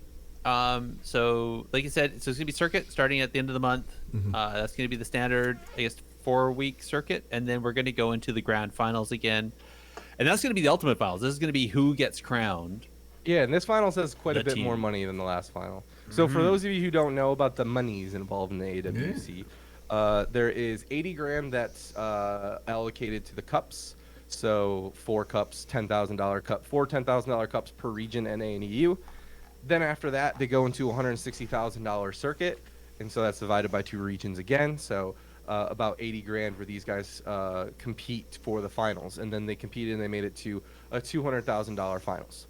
Okay, so going into another season, we're going to do another $160,000 circuit for these teams, but this finals this time around is a $300,000 finals, a much bigger chunk of change. And this is a finals as well where teams have been, 6 of these teams have been competing for 2 seasons now in 4 cups. So they've been playing a lot of arena, and this is kind of where all that work comes to the end reward. And so the top 4 teams from this season are now all teams starting fresh, brand new score. So all the scores from before don't matter other than qualifying. And now, right now is where everything matters. They got to get top 4, and then they got to get first at the finals. The and big so the cheese. finals, just so you guys are aware, is going to be EU on Saturday and NA on Sunday, just like last time. perfect. And nice. something else that we did not make publicly completely clear was that yes, we are starting on the 31st, and the last week of the circuit is on the 29th of August, but our finals are on September 25th and 26th. The finals of AWC for 2021 are going to be at last weekend of September. Oh wow, that's okay, and that's a lot earlier because normally it would have been what would be around BlizzCon, which would be end October, early November. So that's a whole month earlier. Yeah. But unlike BlizzCon, we won't be doing a LAN finals again. We're going to be doing the regional finals like we originally planned. But there's a lot of learning lessons from round robin that we really loved. We really think that our online content, our studio content, has really leveled up. We have a lot of really cool ideas this year to be able to my dream is to start including things like player comms. I would love to start doing things like B-roll footage or documentary style footage of the preparation of some of these teams. I know some, you see some players are like, I'm playing Classic right now. I'm not necessarily getting 100% ready. But when they're in the mode and they're getting ready and it's the day before the finals tournament, they're so serious. It's crazy. Yeah. And it's so interesting and fun to watch them, to listen to themselves.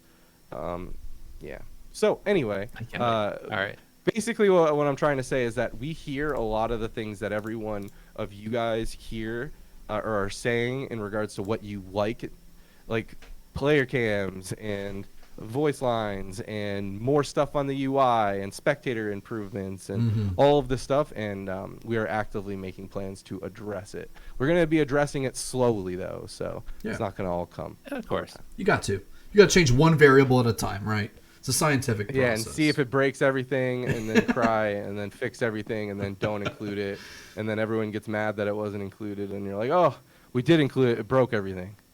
But it's like a microcosm of a patch. Yeah, dude, I got some stories. Oh my god, stories that no one will ever know. Oh no. All right. Good. So I'm thinking what we need to actually have is the documentary of DMachine stories. I think that's yeah. I'll do the narration just for you. Nice. I love it. And it's free have to too. ask... That helps. Yeah. Free's good. So aside from the AWC and the cat, I have to ask MDI. The season 2 just got announced as well. Can you just give some synopsis on that before we roll out of this, or give people a taster of what they might see there?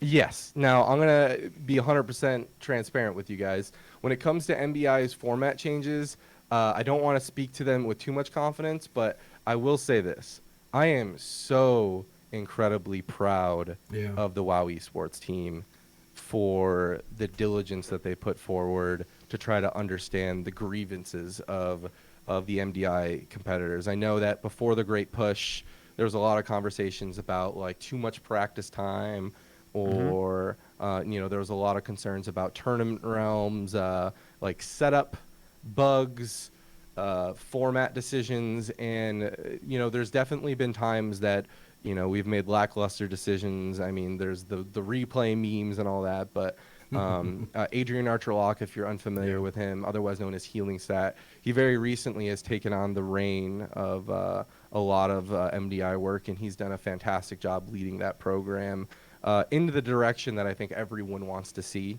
The practice time has shrunk quite a considerable amount, and we're just taking a step back and really looking at why MDI is interesting, why it's special, why do people like to watch it, what are the things that people like to watch it, and how do we make that viewership experience better, whether it's including these add-ons that have more data for the people that are extremely passionate, or making it making the things that need to be simpler, like just showing a giant health bar that is the boss's health bar that doesn't disappear randomly and whatnot. We've made a lot of changes to the graphics for MDI, where we're kind of we've already done that. You've seen that recently, where instead of 2 smaller boxes, it's side-by-side boxes, and we actually take the party frames, and that's a separate module. And the reason why we're doing that is because it builds the foundation for us to get a lot more creative with our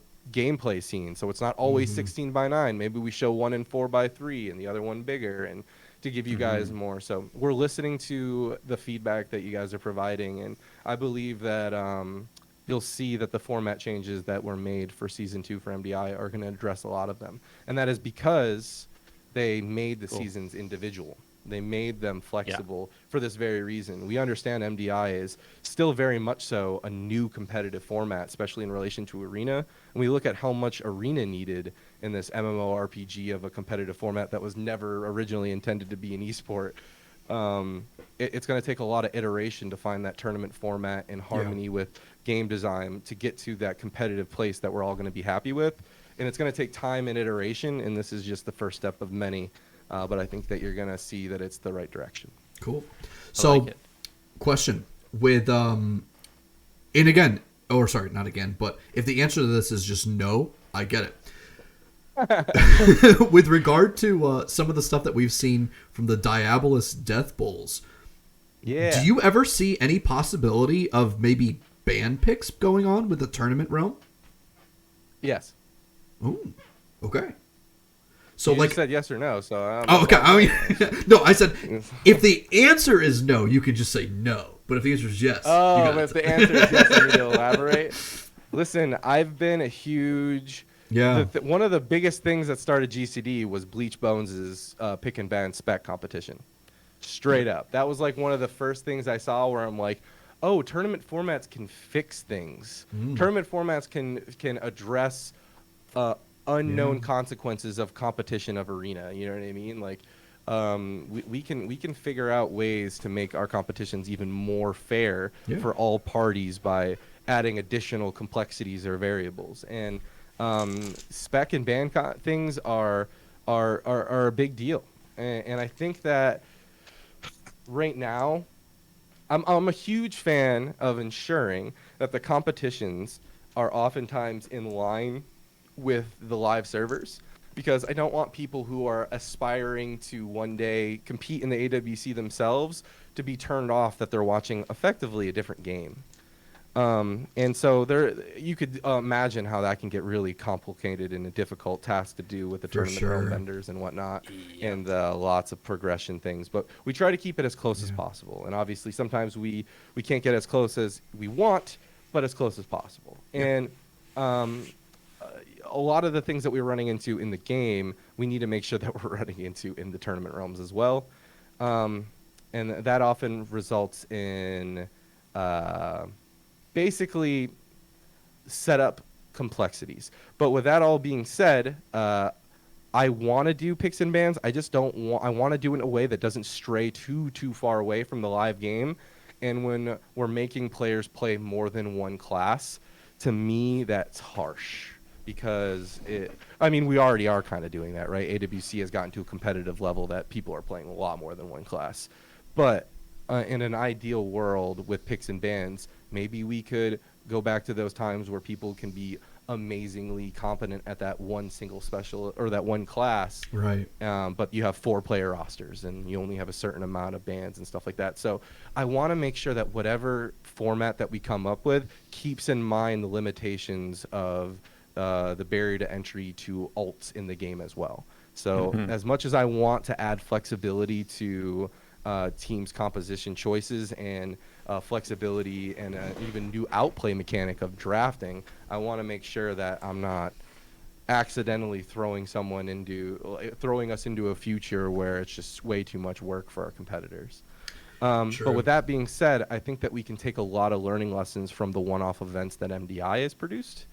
And we could find opportunities to do some testing on ourselves. I think that the appetite for a draft style format has grown to the point where it would justify some investment, if that is what you're asking. How that's actually going to come to fruition and when, I don't know. Maybe I'll do it on my own channel and give it a shot. Who knows? All right. But yes, I'm interested. I want to do it. I've always been interested in spec bans. But I am far from confident in it to say that it's going to be the next AWC format at this time. Yeah, that's definitely expected. It makes sense too. And you bring up a lot of good points that, I didn't really think about either.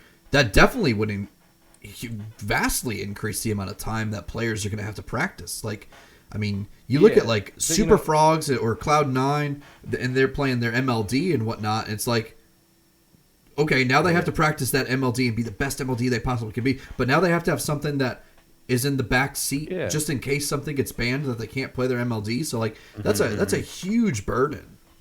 Yeah. And and that burden also fluctuates and is affected also by peak level mechanic outplay and like changing between compositions. Like for example, back in the day we saw, like for example, when Adrian was playing at BlizzCon, he played like their main two compositions was like God Comp and like RMP, right? I think. I'm sorry, Adrian, if that's wrong. I'm so sorry. RM Pala or something like that, and they were versus a Turbo, and then Fob was on the thing for like a Warlock Shaman composition or something like that. And like, but that seemed like that was like what most teams did. They had these two compositions that were ludicrous, and they were so good at these compositions. They were so clean at these compositions. So very in sync with each other in these compositions. And when you force these teams to diversify even more compositions, you I feel like you lose a little bit of that polish, but you get a lot more of those, that guy got globaled, or that guy forgot this, and more mistakes happen. and that's exciting in its own way. But both outplay, directions have their benefits, but I do think that the harmony is between the two. I think that you can kind of have the best of both worlds. Maybe two specs are the two specs that you really focus on, but maybe you focus them mostly on the tournament realm where you don't have to, keep up with those two characters. You don't have to or grind something all like that. Yeah. Yeah. I feel Or whatever it's- the game honestly is recommending. Yeah. Like if the game is like, hey, you can do two characters and there's good alt catch up, yes, then I'm sure that it will trickle down onto the ladder, and that will trickle down into our format, and we'll test as we go.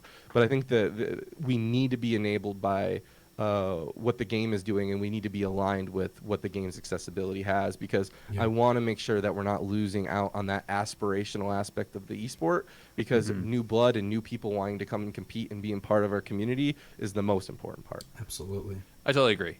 I think that's like you've kind of hit on there, is that seeing a tournament where you can't just be really good at that one class that you've been playing on live ladder for several seasons and feel awesome at, but now you have to know three other specs or three other classes just so that you can feasibly compete, because there's going to be a pick and ban. That can be really scary for somebody. Like if we ban if I'm Magnus and you're Ceruleum, and you ban my warrior, ideally I'd be the fourth player, and that I just don't play. Or maybe I'm like good at a monk too, and I can list a monk. But ideally, I'm not listing 14 specs for you to ban. I'm listing like, because in the LCS, oh god, I don't want to make comparisons to League of Legends. Please don't come at me. Oh jeez. But in the LCS, I feel like the data that these players have on a lot of these hero pools at any given time, like mid lane versus mid lane, who knows how the coaches are conversating this, but like mid lane versus mid lane, they'll have a general understanding that like, yeah, they play like, I know that guy. He plays Lily or whatever the fuck, or Jace in mid lane all the time. Something troll like that. And like, I know he's 80% win rate on that character. Like, so I can ban it and that. And like, it sort of inadvertently limits the ban weight. Sure. Right. Yeah, because there's so much variety. Exactly. Yeah. Taking one piece out of a 1,000-piece puzzle doesn't make a huge difference. But if you pull a piece out of a 25-piece puzzle, But it gets them... Yeah, it gets them... Because honestly, at the crux of all of these things, we're basically acknowledging that composition advantage exists. Right. And that we want to find... Composition advantage exists, and we want to give teams the ability to overcome that with determination and skill. That's basically what this conversation's goal is. Yeah. And for Hannah and I, we thought the fourth player would add on us diversity and variability to accomplish that. And we think it does, but it doesn't necessarily mean that it can't be improved on. Sure. Yeah, and there's been a lot of conversations that if we go back to 3-player rosters, all these 4 players can form even more teams, and we have a more active ladder and more active tournaments. And it's absolutely true. But the number one thing that we need to make sure is that we all agree that it's fair and it's competitively sound. And I think that we maintain that agreement by communicating constantly. And so I'm going to continue to be talking to the AWC folks in Discord, but make sure that if you're listening to this, or you guys, you feel a certain way that we're missing the competitive fairness mark in anywhere, we're open to that. We're open to that feedback. Awesome. And I think that's one thing that a lot of people, just with the negative remarks and everybody, I think people assume that everything at Blizzard is behind closed doors and they don't have a way to communicate, and that's not the case. I found, well, David, I mean, me and you have had, well, no, but listen, me and you have had some pretty good conversations. Communication is just, we have, haven't we? We had some great conversations. Communication. Blizzard. The word Blizzard is a gigantic word. Yeah, it really it's a gigantic amount of different departments. I mean, and to say that like everyone at Blizzard communicates well, or like we do everything right, I mean, it's just unrealistic. We're human beings. We're fallible. But I think the thing that I can at least commit is that I know quite a few of us who give a lot of shits. And so you can at least have a little bit of comfort knowing that there's people that give a shit, and that that we're trying, and improvement is gradual. Mm-hmm. Well, that's awfully shitty of you. Oh, I'm sorry. Can I not swear in this? My bad. It's too late. Don't worry about it. I am going to ask you, though. I'm going to take it from Andallyn. The one thing we would change, the ultimate question. So, Andallyn, I'm going to ask you first, because I'm going to let David do on this one. But you're sitting down with Jalen and Brack, actually. Am I in trouble? No. You're skipping Ian completely. You're Okay. talking straight to the head honcho there. What's Ian one? be in the room too? Pardon me? Sorry. Can Ian also be in the room with us? Your emotional support boss?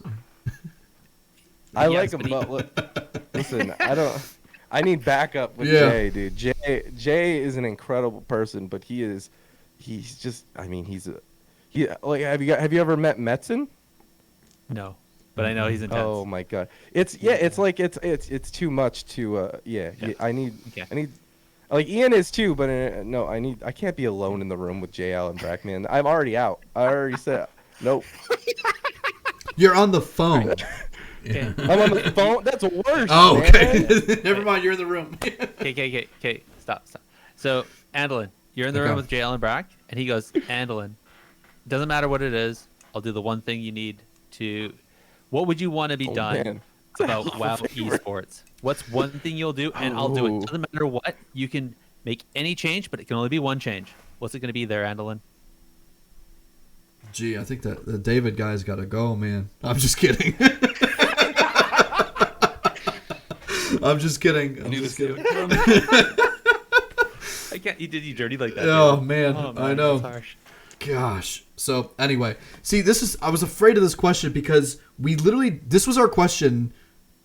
We answered this question already because we did this with season 1, and I remember specifically my answer was I wanted to have a way to be able to spectate like you've never have before. But I feel like we need to get a little more creative. We need to change the pace a little bit here, change the status quo.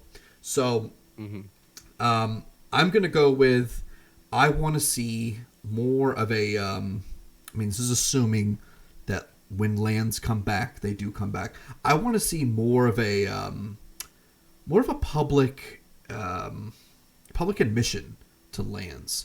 And I want to see more of a community scene where people are kind of encouraged and incentivized, and maybe in some cases like kind of prodded to say, "Hey, come to this LAN event, cover this LAN event here for us on your social platform or in your audience." I think that's what I would change. I want to see that happen because that's. All right.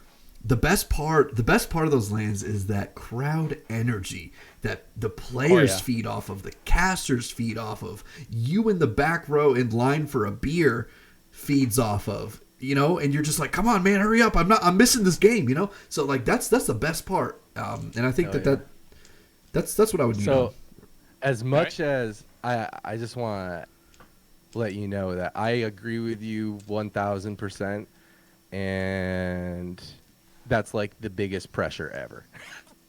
I think that is like so. No, it's like one of the most important things. And like when you look at BlizzCon, I'm being candid with you guys. When you're looking at BlizzCon, it's like a collaborative effort. There's things that are just covered. Those contractor that you needed for, hanging up that scaffolding or that lighting prop, or you really benefit from the communal efforts that is BlizzCon. Yeah.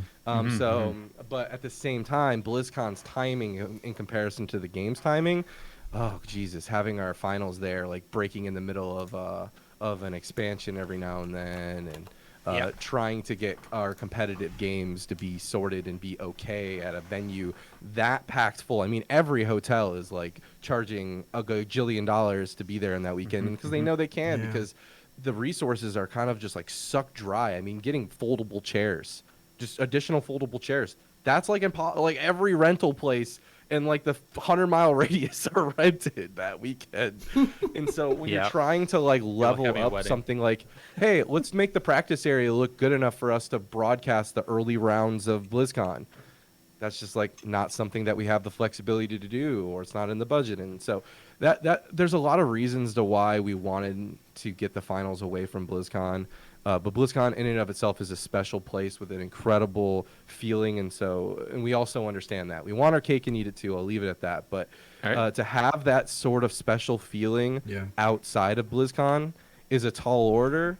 But it's a dream of mine. It's a dream of mine to accomplish that. And so I don't want you to say that request is never going to come true. But I will say that I feel the direct pressure of that. So we'll figure it out. Yeah, well, it is the one thing you would change where there's literally no scope, no budget cap, no limit. I mean, we take. We'll see. Yeah. I totally agree with that. I mean, I think that's the reason why I even got involved. Yeah. So David, what's the one thing you would tell Jailbreak? I was supposed to be thinking about. So this is hard for me because I know I have a wish. Like there's some of these people have my wish list. Okay. Yeah. So I'm like, you're like telling me like, hey, if you secretly got to choose any of those, but like, what if one of those come to fruition? I can't actually say that then preemptively. So I have to like pick up an idea that I've never had before. You know what I'm saying? This is extra spicy. I think that one of the things that I would really want is an overhaul of our website. Mm-hmm. I think that I think that our audience is data driven enough and educationally driven enough that we could justify the traffic of like a player profile where they show like their builds. Like, shout out to Drustavar. That's kind of what I'm imagining. Like, that website is incredible. You can directly correlate analytics of what the top players are doing to the ladder. You can figure out what your builds are. We just talked about communication. Mm-hmm. Imagine if we had Drustavar in BC. Like, oh my gosh. Yeah. Like, so like I personally love that information because it helps me get past like the character progression and the setup, because my passion is the action of actually queuing arena, and that website helps me get there the fastest. Mm-hmm. And I think that there's a lot of unique perspective that only we have with these competing players. We're the only ones who really interface with them on a serious level like this. A lot of them don't stream, and so I'd want to create like a website that when our competitive players do create content, we're able to feature that. When our community is hosting their own community events, we have a portal in which that we can help promote that. Mm-hmm. And are you guys familiar with Team Liquid as a hub? Yeah. Like back in the day, like Team Liquid was not only like a forum, but it was also the place where everyone knew where the top StarCraft tournament was. Yep. Yeah. You know what I mean? And there was like an incentive to want to engage and talk to people, but also there was a known way to navigate to the most recent and hot content of the thing that we're all kind of subscribed to. And so I think that we could be doing a better job on our website, and we haven't updated it in a minute. And so that would be my request, because I have a pretty good idea of some pretty insane other stuff that's on the horizon. So, I can't ask for too much. Fair enough. I can't wait to see what that other stuff is. I think the website definitely could use a refresh, especially on the WoW esports side. Mm-hmm. I'm going to take it a slightly different route, and this is going to be definitely within the whole LAN era stuff, but I would love to see 3D virtual augmented reality stuff.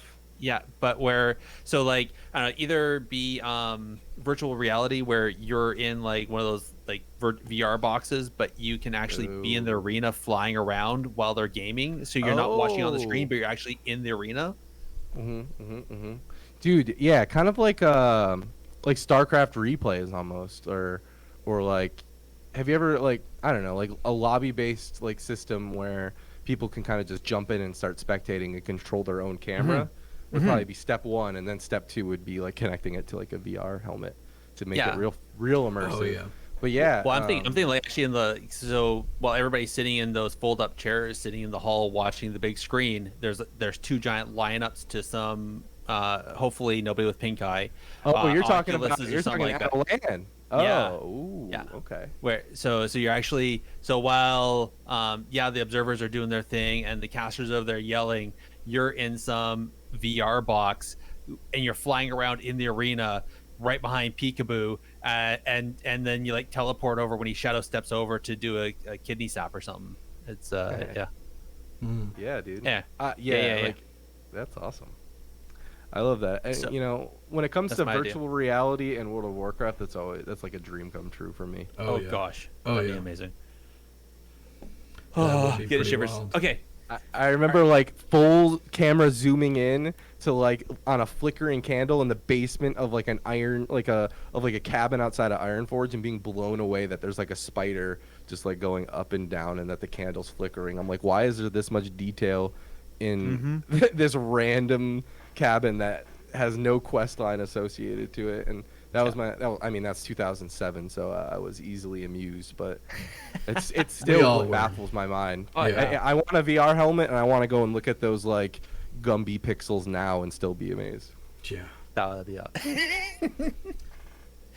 Well, let's be amazed by the upcoming WoW PvP events, and we'll roll this one through and let everybody get out of here. Get in there and fight! Stop hiding! All right, let's talk about the events. Yeah. So as always, keep an eye out for Dalaran Gaming for his 5v5 1v1s. Yo, shout out to that guy for his amazing thumbnails, by the way. Oh yeah. He always has like some sort of crazy action shot of like a rogue upside down stabbing you in the eye, and then it's like bright yellow in the background. Like, I'm always like, what the heck is that? And I'm like, oh, Dalaran, what's up, dude? Always They're catches gonna my give him a eye. shout out for his mustache because that thing's epic too. Yes. Also, keep an eye out for Flark's 3v3s. He's done a revamp of the Synergy Discord. It's now Flarkness Discord, so I'm not sure what's Flarkness? going on there. Yeah, That guy he's just gone back to the farmed me in Flark. RBGs last night. I believe Yeah, it. yeah. RBGs He for the does it all the first time. time, and he farmed me, man. He does that every time. He So, probably made if some you money want too.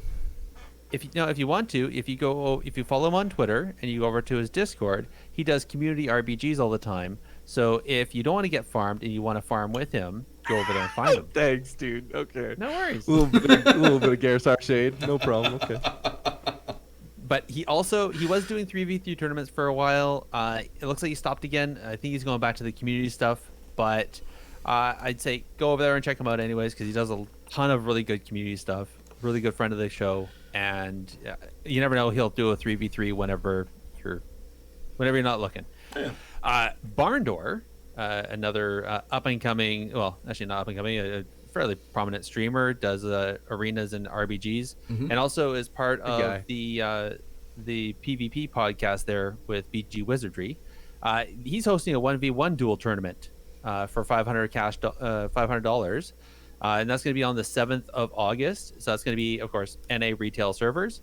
So if you want, you can sign up for that. It's going to be no tanks, no healers, so it's going to be only DPS. Yo, quick shout out to Barndoor as well as BG Wizard. I have now announced the dojo.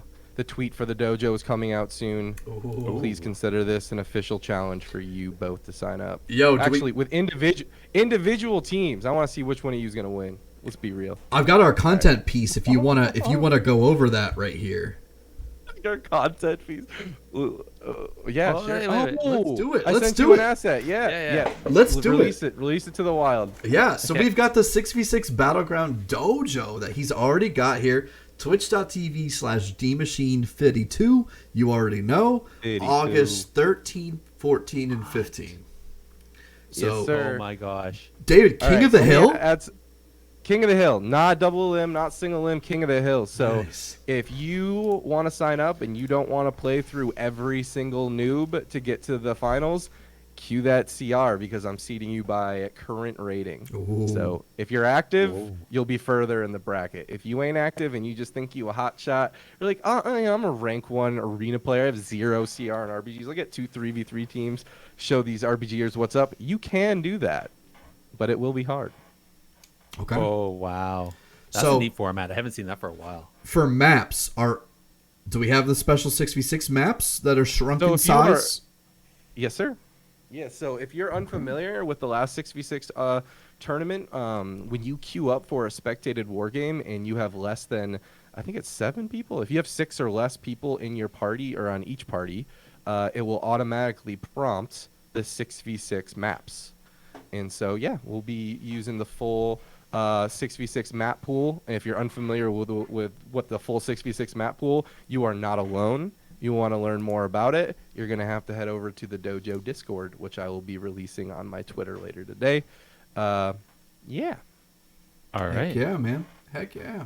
Whoa. All right. Love it. So August 13th, 14th, and 15th, and that's going to be over on Twitch TV, DMachine 52. Yes, and yeah, looking forward to who gets signed up on that. Oh, baby. Yeah, so there's a $1 million gold prize pool, one server. I'm not splitting it. I'm not bringing like 4 million gold to like 14 different servers, okay? One server, and winner takes all. Now, something that's a little interesting about this is because when we were running GCD back in the day, one of the things that popped up that was pretty prominent was, so I might tweet about this. A lot of people will talk about it, I'm sure, but there'll be that handful of streamers that won't hear about it. And then I'll start streaming. They'll be like, oh, this is kind of cool. I want to get involved. And then can't. They miss the signups. Well, there is a closing or a late fee to signing up, which is a 250 gold late fee. If you want to join late while we're already live, you can buy in. But that late fee will go towards the pot and will increase the total prize pool that the winner gets. Oh, I love it. Nice. I love it. Hence why it's a starting prize pot. That's awesome. Yes. That's awesome. Yeah, so 250 gold, that's not very much. 250,000. I'm sorry. 250. So yeah, you get $7. No, you can. It's a $1 million gold prize pool, and then buy-in is 250K after signups have already closed. All right. Good to know. When are signups closing, DMachine? When are signups opening, DMachine? I don't know yet, man. I don't know. Follow me on Twitter. I came up with that as I'm taking this really lax to see if this is still something I want to do. It's all good. Honestly, I got to pee, so I'm trying to get through this. So get you to that porcelain throne. Man. So keep it going, David. I'm really curious about this dojo. I want to ask you a little bit more about. Do you like it? It's a brand I made. I've been thinking about it for a while. So listen, Gerissar, me and Manruki the other day, we were talking about how sweet those new like retro sunglasses are, and I just love that like 80s like. Dude, man, you've been using the word dojo for over a decade I like now. dojo. It's fun to say. It's got the letter D in it. It's legendary. I love it. Yes, so the dojo is now going to be the branding of my channel that me and my friends broadcast the war games that we're doing. Heck yeah. Nice. I love it. That's awesome. Yeah. Other things I do love, you mentioned already, but the Classic Arena Tournament. So that's going to be... I'm so stoked for that. The cat, as we are calling it now? The cat. The meow. cat. Dude, watching the qualification matches were heartbreaking and hilarious and amazing. Like, watching, like, Sea-Doo get maced done to death was simultaneously the most disappointing and hilarious and enjoyable thing I did all at the same time. Like, so many maced done him emotions. through a wall. Dude, that's the beauty of Burning Crusade, though. And I cannot wait for the pressure to just ramp up to like 11 once the broadcast is on, once like all the pressure is on. I cannot wait to watch this. And we've been testing the spectator UI. We're gonna bring back the target little thingy, so you'll be able to see some buffs and debuffs. Nice. I'm excited, Nice. man. Nice. I'm excited too. Yo, shout out to Anthony Vitality, by the way, who's been leading the charge on that project. I don't know. So that's something that like a lot of people know me. A lot of people know Adrian within the WoW community and the work that we do. But Anthony Vitality has been otherwise known as AV on Twitter. He has been an absolute rock star at putting this event together. So kudos where kudos are due. Thanks for letting me plug that. No, please. Heck yeah. Anthony's great. I loved him on oh shoot, what was the is it with Bernie Bob, I think it was? He was on their podcast talking about the cat when it first got him and Thist. So Yes. yeah. So awesome. I can't wait to see that. That's going to be this weekend. I know what I'm going to be doing this weekend. Love some TBC Arena.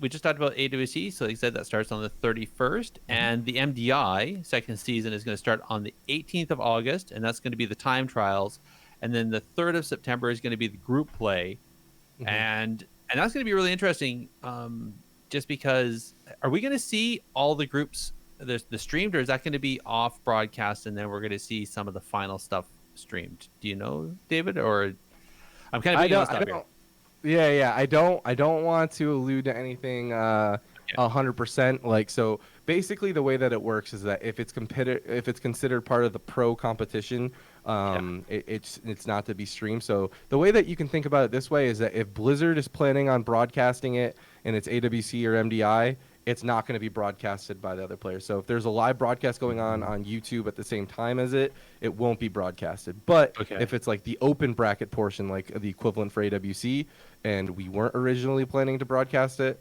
then they can. Yeah. Awesome. Nice. Look forward. So either way, we'll hope to see what comes out, and I guess if anything, follow at WoW Esports there on Twitter, and we'll definitely see when stuff is going live for sure. Yeah. All right. Shout outs to all the competitors. If you're signing up for one of these things and you're competing in it and you're broadcasting your own point of view, please let us know at that WoW Esports on Twitter. We want to help promote you. We want to help get you your word out there, and we also want to know that your Twitter account exists, and that if you vibe with us, we will vibe with you. Ooh. Awesome. Sounds cozy. I think that's awesome. Yeah. It's a big happy family. Cozy. Yes, sir. Right. Yes. All right. Now we need the cozy, the Twitch cozy meme. Right? Yes. There we go. Nice. The snuggle, the blankie, the green blankie. Yeah. All right. I guess news. Yeah. News. Should we news it? All right. Who ordered up an extra large can of whoop ass? I was plugging this the last couple times. Big Donnie Cal on Twitter was talking about hosting his EU 2v2 tournament on the 10th of July, and apparently it was all lined up. And then a bunch of the competitors couldn't actually make it at the end, and so you had to cancel. So I know that feel, man. Yeah. Kudos to Big Donnie Cal for trying to put something on, but sometimes all the things don't come together. But if he ever listens to this, just know that it's not your fault. I think he seemed a little bummed about it, but not discouraged. That's my understanding. Yeah, that's fine. Yeah. You know how many times every single time I've ever canceled an event, and Hannah can attest to this. I sat like a weeping dog for like days, and you know, I'm sure I never said anything about it on social media or anything like that, because like you don't share everything on social media, right? But you don't. All these community organizers, you know, that you might see them, you know, popping off on social media when they're like, "Thank you so much for the banana for getting me that water during I couldn't have done it without you, and I love you, and I love you. It's an amazing event." But there's a lot of events and a lot of times where they're like, "I'm not on social media. My notifications are off. I hate everything." Because the thing that I made myself because you know, putting yourself out there, making content, being publicly like this, like we are with Gerissar and Andallyn, it's vulnerable, and when it's vulnerable, you can easily be hurt. And so I guess kudos for the effort, Big Donnie Cal. Yeah, salute you. Indeed. Heck yeah, man. Well, again, I agree, and I hope it hasn't completely discouraged him from trying again. And I think he's willing to do another one. We'll just keep an eye out for that whenever that happens. Race to World First. You guys follow that at all? Yeah. Oh yeah, that was on. Yeah. I only took 2 caffeine pills to stay awake for this today. For that. Oh gosh. Oh no! You must be crashing hard then. Well, I'm I crashing super hard. I want to give a huge shout out to Echo. Hell yeah! Congratulations goes to Echo. And congratulations goes to everyone, honestly, involved. Seriously. Oh, yeah. Okay, first of all, Echo, Sorry, I just want to give my hot take on this because Let's it hear it. really did get. I'm a race to world first converter. I am I'm already excited about planning my vacation time for the next one. Really?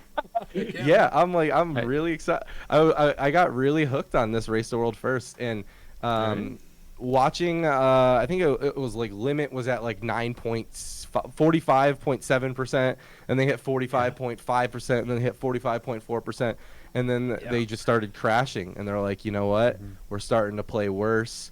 And like that mental or that emotional intelligence to be able to understand that like we can't do this anymore, and not finding that line to stop pushing and to stay positive and not like freak out at each other. It's a whole new dynamic to the competition that I'm just obsessed with. And I think that both teams were very honorable. I know that I saw a couple tweets where a couple of prominent folks on either side of the competition are reporting toxicity between each other's fandom, and they're kind of advocating away from that. And Max even said before going to bed, he literally said at a 45% 0.4, and like they were still trying to min-max a little bit more DPS out of it while simultaneously being at 3 a.m. in the morning and pushing themselves. He said, you know, if they down it tomorrow, then they won, and they did it fairly. Yep. And both sides are kind of saying the same thing. I think both sides got it so close that the additional variables that one way can say it's unfair. I totally get where they're coming from, but the reality of it is that it was close enough to be a legitimately good and honorable competition, and the better team won. And I think that I'd like the message to stay positive, but I was just overall really, really pleased with the whole race, start to finish. The promotion, the folks over at Complexity Show, by the way, great job. Fantastic work. Shout outs to Aya. Yes. I'll say all the streams were really awesome, and they all had their own different take on it, which was great. Just want to point out our the queen, the Warcraft Radio mom herself, Ketra, is in chat, and she just pointed out that Limit took world second after we had started the podcast. Oh, so no way. Okay. Good for them. And they went back up, and they still knocked it out of the park, even though that, you know. Exactly. I mean, I cannot. Well, I even with some of the cannot hotfixes, imagine. like the Kel'Thuzad cheese strat. I think there's 3 boss cheese strat. Cheese strat Imagine you're on the hotfix. BlizzCon stage, and you're getting off the BlizzCon stage, and an admin's like, by the way, you just lost first, and then being like, dang it, and then getting back on the stage and grinding out second, like class act. Oh, That's 100%.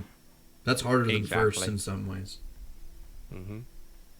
So on that, speaking of hot fixes, aside from Suppose the they could PvE just get a ones, there were some. There's numerous small bug fixes that happened with PvP talents. Some interactions that weren't happening that were supposed to. So there's been some buffs and nerfs there.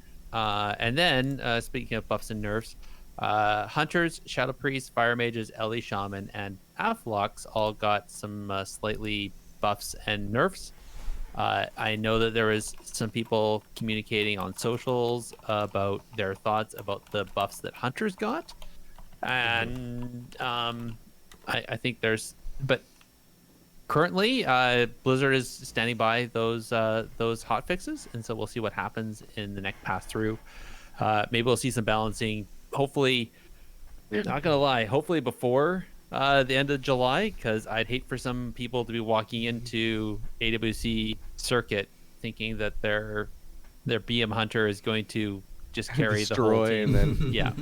Oh sure, yeah. I'm curious to see what what it will be like when everyone's kind of on equal playing field in regards to player power. At the beginning of every patch, some people, I mean, I got my weapon. I know a lot of people who didn't. That's a huge player. That's a huge power player. Yeah. I mean, there's a lot of stuff like that. When everyone's at kind of like the same threshold, I'm hoping that, and also whenever we transition from how we feel the ladder is at 2,000 rating, in my perspective, which is really freaking fast. And then when we get to the pro level and Absurs is healing things, it's seeing everything always tends to slow down at least a little bit. The question is how, like, it feels really fast. How much breaks can these other players really put on that meta is the question that I have. Between all the Mortal Strike changes, I mean, like, we not only did these hop fixes happen, but we're about to see high level end arena gameplay with all of the 9.1 changes for the first time. Yeah. Like, Mortal Strike on Demon Hunters, Windwalker monks they don't hit lightly. They don't. Nope. I mean, they didn't before, but I see a lot more of them now. Yeah. Confused, but I love to see that. Ret Paladins, I mean, they have their new interaction with dispelling mage polys, and then that legendary where it's going to constantly be doing that. I think that that's going to stop rogue mage goes hard in their track. So that warrior Ret composition we're going to be seeing probably more of. We also there was a bunch of changes in regards to we see druids again. Druids are popping up. And it turns out the best druids in the world, they already got some insane teams that could really use a druid in late game. I mean, Cubsy. If I see Cubsy enter a druid, I'll be insanely happy. That dude is a monster. He finds openings to get re-stealths and drinks and stuns like crazy. I swear, it's like bound to every button on his bar to look for Prowl. It probably is actually. If you ever faced Cubsy before, like, good luck keeping a mark on him. I'll just leave it at that. It's just not possible. Every macro is like, if prowl, prowl. If not prowl, press the actual button. Crazy. that dude's drinking all the time. He'll like Iron Bark's out drinking. I'm fine. I got throughput. Nice. Oh, we have a go drinking. We don't have. We have a go when you need my help. Blink, Cyclone, run back drinking. It's crazy. His game sense is beyond conscious sense. Anyway, there's a lot of stuff that happened in 9.1, and I'm so excited to see how it all interacts. And Sam I Am's on the Demon Hunter again. Get some of that cleave. Yeah. Yes. Man, those druids went from like really good to just like, where'd they go? And you know, Trill damage is going to be nice and warmed up after this race. Oh yeah, he's gonna be all over that. I don't know. I think there's a lot of teams that are kind of comfy, man. There's a lot of teams that are like didn't practice enough, and they have confidence that they're going to come back because they see that other teams aren't practicing enough. I think these new bloods are going to come in and they're gonna show them what's up. Like, I see Peekaboo playing every day, but I also hear that, you know, like Jellybean's busy, Abster just moved. I think that this could be a really interesting opportunity for the new bloods to just kind of make these guys push over. Yeah, maybe. But hey, it's where the gains are made. I was gonna say, at the same time, we're talking about players where they already have a very deep understanding. Where learning a few things it's a slight shift, and then they're good to go, right? They just have to pivot. So it'll be interesting to see what happens, for sure. It's the first week is a huge info download for every team. Every team is watching every series, and it's just like I'm in a couple of Discords where like you'll see, like, I forgot, it was at the beginning of this season, and like everyone was like convinced that one healer was better than the other, and I remember everyone was convinced that Drainer has found out that prop paladins are the best healer in the game, and that like other people were like, no, they don't have enough throughput. Yes, they have the buttons to trade and yada yada yada, and then people started testing that. They're like, we're gonna bring this prop paladin late game. You're not healing through the dampening. We can and so there's a lot of like there's a lot of weird things like that where a lot of people are like convinced they have it figured out, and there's a lot of people that are convinced no one has it figured out, and I can't wait to find out who's right. Exactly. It's gonna be awesome. Nice. All right. Sorry, I really have to. I'm sorry, man. Do you still have to use the bathroom? That's weird. Go for it, dude. Go. Myself. We'll finish it off. No, it's okay. So last couple things. We saw a same faction BG test that happened on the Burning Crusade a couple weekends ago. There was definitely some mixed reactions from the player base, both before when it was announced and after. An amazing, I want just a huge shout out on the forums there from Cavix. An amazing blue post outlining what they've done, taking in the concerns, outlining what those concerns have all kind of diluted to, or not diluted, but coalesced into, and what they're going to do to make the changes. So starting today, we've already seen it. They've made some slight changes and started with the server reset. So now you can again do same faction BGs in Burning Crusade. It's going to limit, so you can only have a 5-player pre-made, because before they were running into full raid, full pre-mades, and just it was pointless for the opposing team. There's an enlistment bonus, so that's a quest, if I understand it correctly. You pick it up from the battle master in the major cities, and it's like a daily quest or whatever. Boom, you go in, you get a little bit extra loot to help entice, that little carrot that we were talking about earlier, to get players for the underrepresented faction, which in this case is the Alliance. This test is not going to happen for a weekend. It's going to happen for a whole week. So we have, starting from today until next reset, for everybody to go in. If you want to go play, see what it's like. Another one that I didn't write down here, but it's in the forum post. There's something else about occasionally, I guess during the test weekend, there was some Alliance versus Alliance BGs that happened. So they made some tweaks to make that less of a likelihood. But there's that too. Last but not least, player appeals for Glad title, receives it from a game master, and then loses it within 48 hours because apparently game masters can't give titles. So this is from Twitter handle Windwalker Mafia. They apparently had done their own research, thought that they had earned Glad title, that they had met the criteria for it. I guess they had appealed, and Game Master said, "Yeah, I think you're right. Boom, here you go. Here's your Glad title." And so they're walking around with Sinful Glad over their head, and then nope, it's only developers that give those titles, and so there's a twit longer. I wonder if what the customer service rep who was dealing with the situation was like aligned on what constituted the earnings of the title was probably disaligned with whatever, because I know that there was also a small discrepancy with the title distribution in regards to the timing. Like we sent out like an update saying, hey, by the way, that timing changed, and maybe those additional discrepancies. Usually I'd be willing to bet that somebody made a goof and was disaligned with the overarching verbiage, would be my best guess. Yeah, maybe. I don't know. Sucks for that guy though. He's caught right in the middle of it though. Yeah.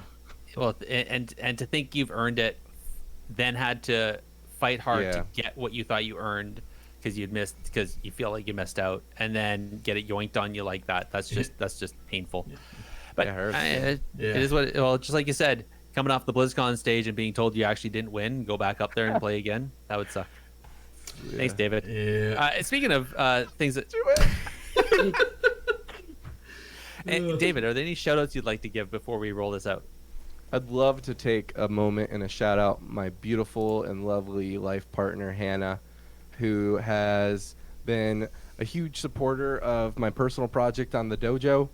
Work is very, very busy, and I want to make sure that whatever personal projects I do don't overlap with all of that. But at the same time, I really do miss interacting and casting and being in the limelight on grassroots stuff in regards to my favorite video game. And so, my shout out would be to my wife, and also check out my Twitch channel at twitch.tv/DMachine52. Events will be coming soon, as well as some more content. We have content plans. Nice. Follow me. Just follow me on Twitter, actually, and then I'll tell you what the updates are, and then you could just follow it that way. So you're not. That's just the easiest. That's my my shout out. Nice. But yeah, that sounds good. But my wife gets priority over the Twitter. Let's just make sure that she understands that. That's my tier list. Is you, babe. True. True. Priorities. That's S tier. Yeah. All right. You've been married for a while. You're doing good at this. Thank you, man. Yeah. Appreciate that. Need that. Andallyn's taking notes. Yeah, striving. Yeah. But and then the rest of the people that don't quite remember to do all that, we'll also keep you covered by listening to our show, and you'll also hear about what's going on at David's channel and on his Twitters. Yes. So have no fear. There you go. Yes. This is foolproof, y'all. You'll figure it out. So first, make sure you have an internet connection, and then follow Technically PvP, and then follow Andallyn and Gerissar, and then follow me. on Twitter, DMachine52.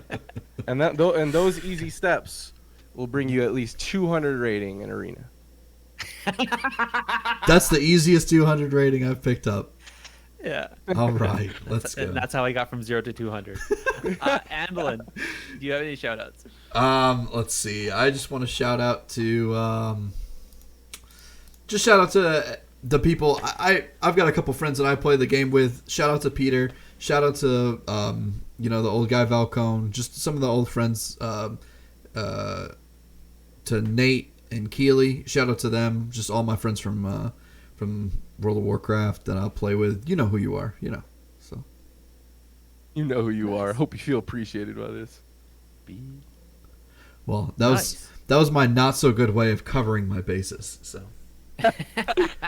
Dude, the only thing that I found out about shouting out specific people is that you're missing a lot of other specific people. Whenever we have like the end of the season, like, thank you for this, thank you for that. I get like an email afterwards, like, yeah, like 4 people you like missed and they weren't feeling very good. And then, listen, I love everyone, and so does Andallyn. That's right. Yeah, I love everybody. I love the Patreons. I love the people that are willing enough to give some of their hard-earned cash over at our Patreon for Warcraft Radio. It helps out the station, which helps out us and all the other great shows over at Warcraft Radio. So I want a huge shout-out to you folks. And the organization at Warcraft Radio. I love the categories and the branding. It's a lot. It's not too intimidating to get involved and to start consuming content. And shout-outs to Warcraft Radio. They do a great job. Thanks. They do great to us. They support us well. But I think, David, since you already pimped out your stuff and where people can follow you, I'm going to ask Andallyn to list off where they can find us. Absolutely. You can contact us directly with a tweet to @technically_PvP or also by an email to technicallypvp@gmail.com. You can also join our discussions on the Warcraft Radio Discord, specifically in that Technically PvP Discord channel. Indeed. And if you visit the Warcraft Radio website, you'll find the podcast directory with us and many other great shows over there at warcraftradio.com. And check out the review system. Leave a note for us and what you think about our show or any of the other great shows across all of the Blizzard universe. So I want to thank everyone for listening, and we'll chat with you next time. Good night, everybody. Thank you guys for watching. Peace.